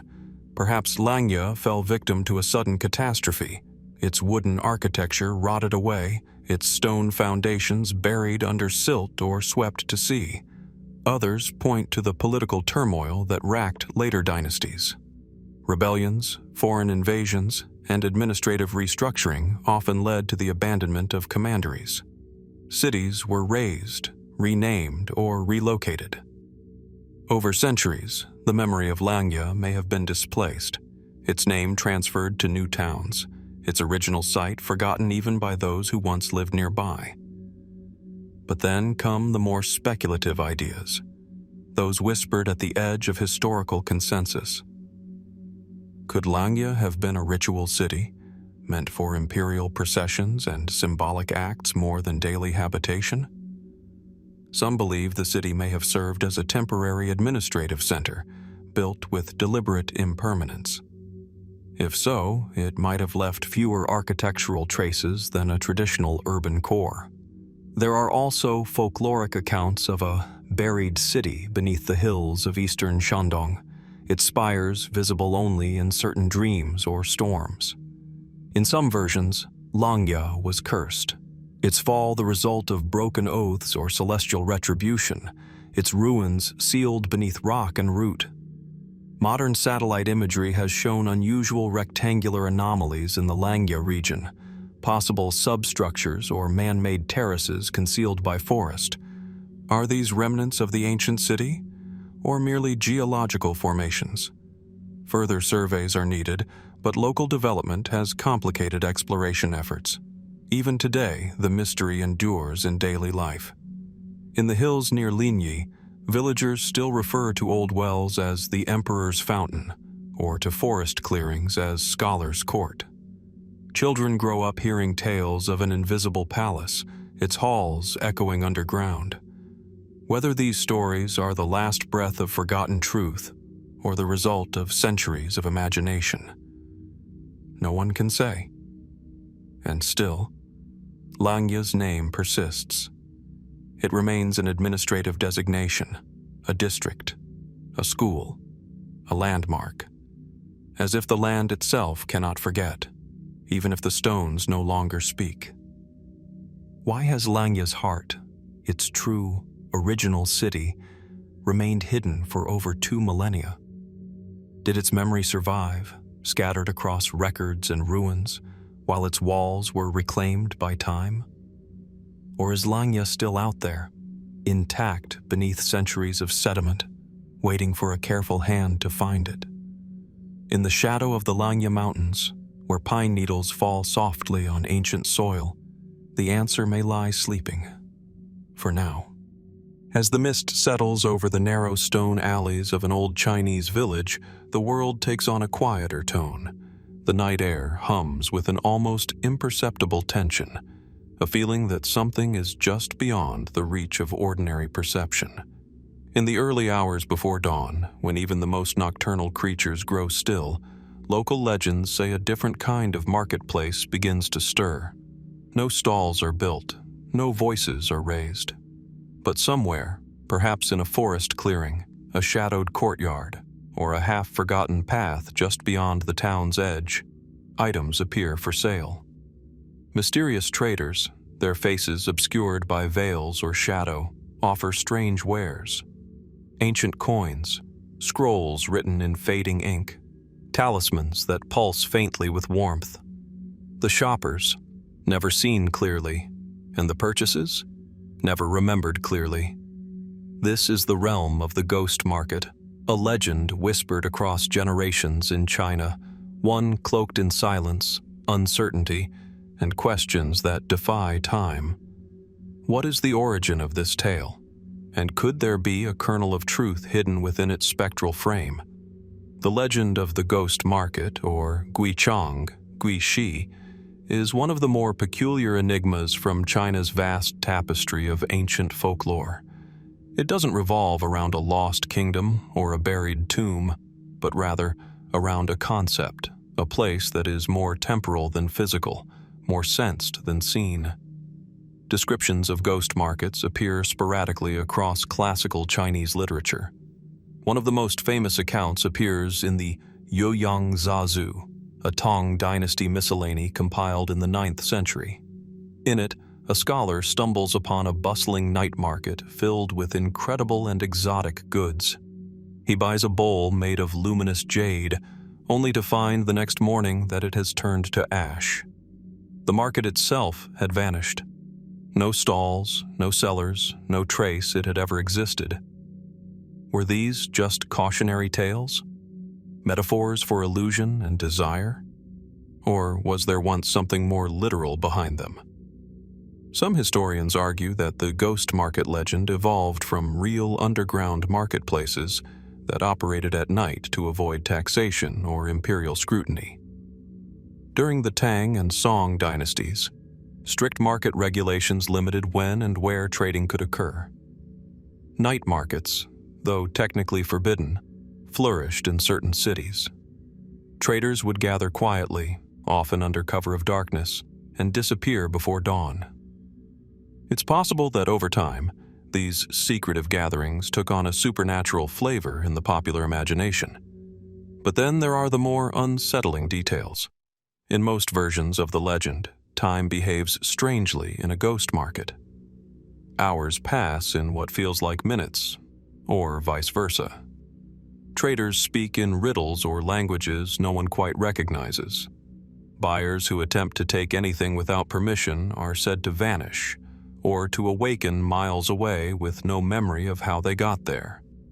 In rarer accounts, some never return at all. Is it merely folklore, meant to warn against greed or trespassing into forbidden realms? Or could these reports hint at altered states of consciousness, dream phenomena, or shared hallucinations brought on by environmental conditions? In modern times, anthropologists have traced ghost market stories to several rural provinces, including Henan, Hunan, and Sichuan. The tales vary in detail, but share eerie commonalities.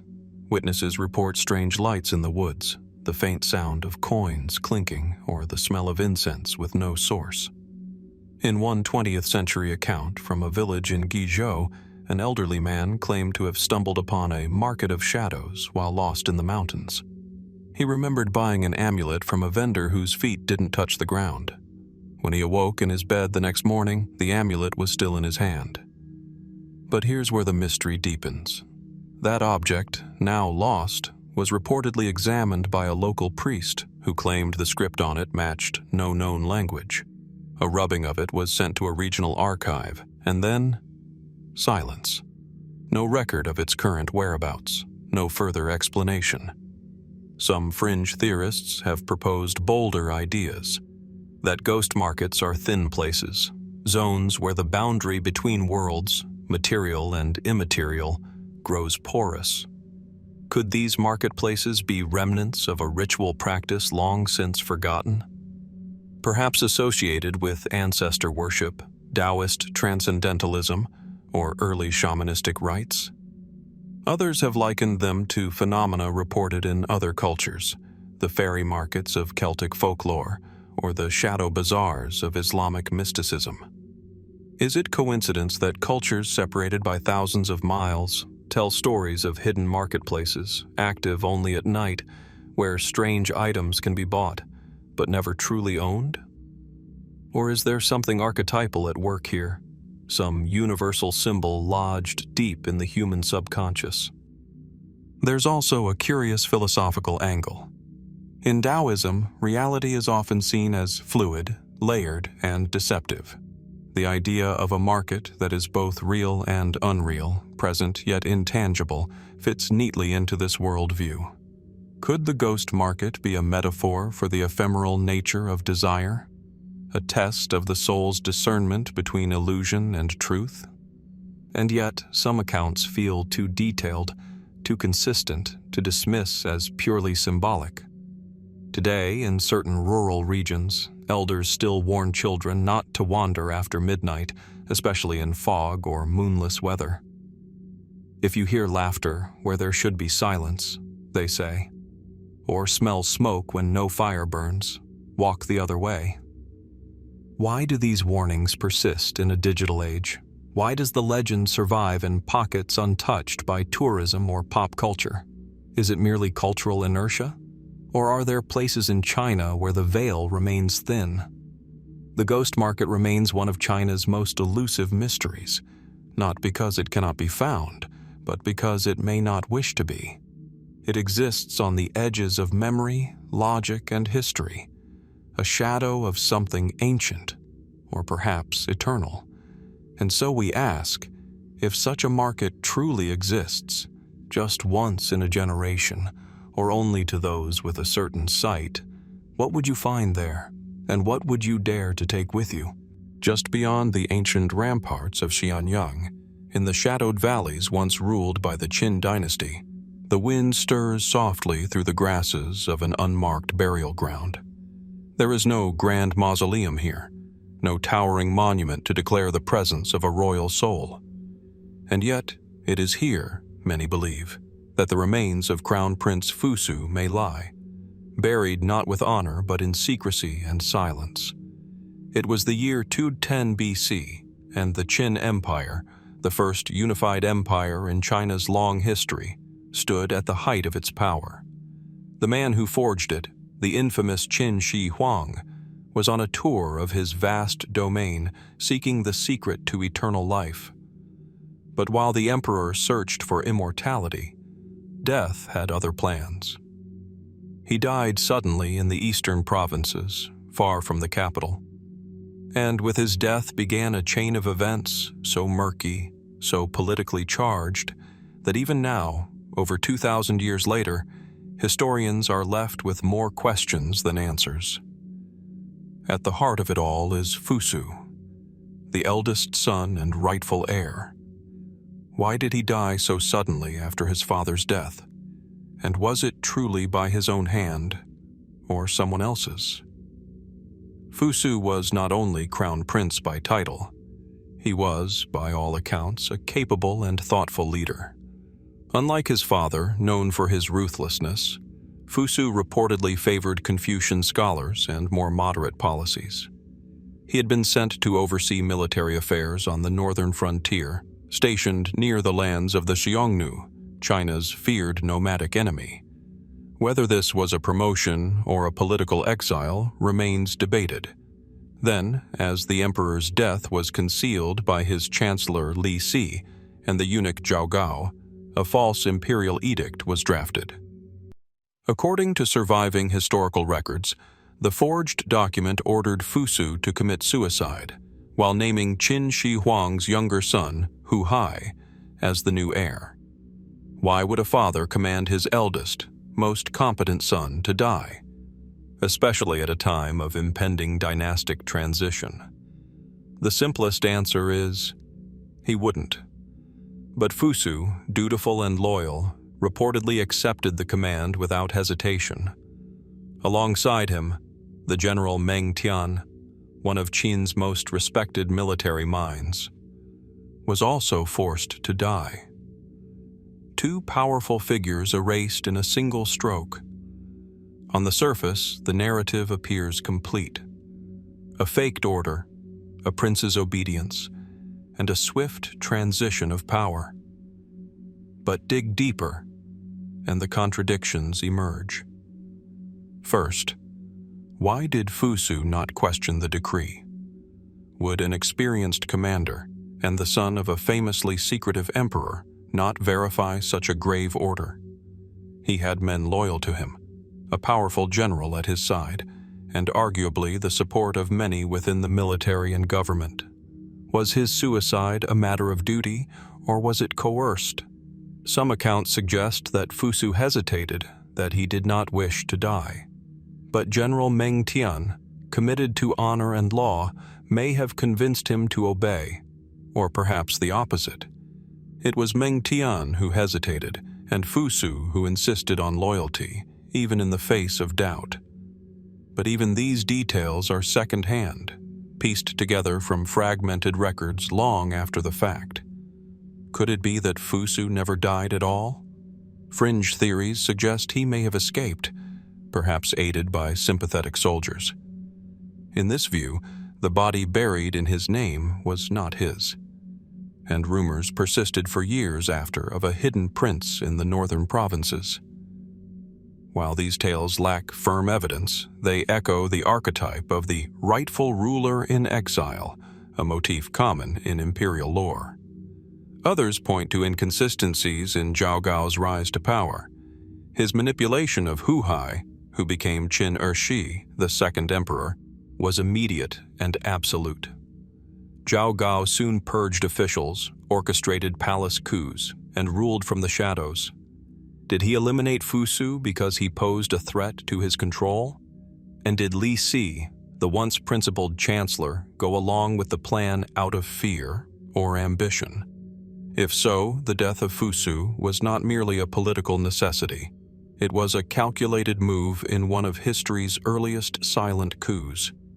But there is another angle, more psychological than political. Fusu, raised in the rigid, brutal atmosphere of the Qin court, may have internalized its core value above all: obedience. In this view, he was not naive, but tragically dutiful. Faced with an order bearing the imperial seal, even if suspect, he may have seen no honorable option but to obey. For a prince raised under legalist philosophy, where law trumped all, even suspicion of treason may have been intolerable. Still, the burial site, if one exists, has never been confirmed. No tomb bearing Fusu's name has ever been found. No confirmed artifact, inscription, or marker speaks of his final days. For someone of such high status, this absence is itself suspicious. Was he buried in shame, with no ceremony? Was his body destroyed to prevent martyrdom? Or, as some speculate, was he hidden away for fear that his grave would become a rallying point for loyalists? Modern archaeology has turned up no definitive answers. Scattered finds from Qin-era sites suggest widespread political turmoil following the first emperor's death, but no material evidence links directly to Fusu. Some scholars believe his remains lie somewhere near the frontier post where he was stationed. Others believe he was quietly returned to Xianyang and buried in secret beneath the shadow of his father's vast mausoleum, perhaps in one of the many sealed pits surrounding the famous terracotta army. Yet without excavation, without records, and without confirmation, Fusu remains a prince without a tomb, and a mystery without an ending. What truly happened on the frontier that day when the supposed edict arrived? Did Fusu read the message with a calm sense of duty, or with quiet disbelief? Was it truly his choice, or was the decision already made for him by those who craved power? And if the remains of the crown prince were ever to be uncovered, what truths might finally come to light? For now, the shadow of Fusu lingers just beyond the reach of certainty, a prince loyal to an empire that may have betrayed him, and a legacy still waiting to be uncovered.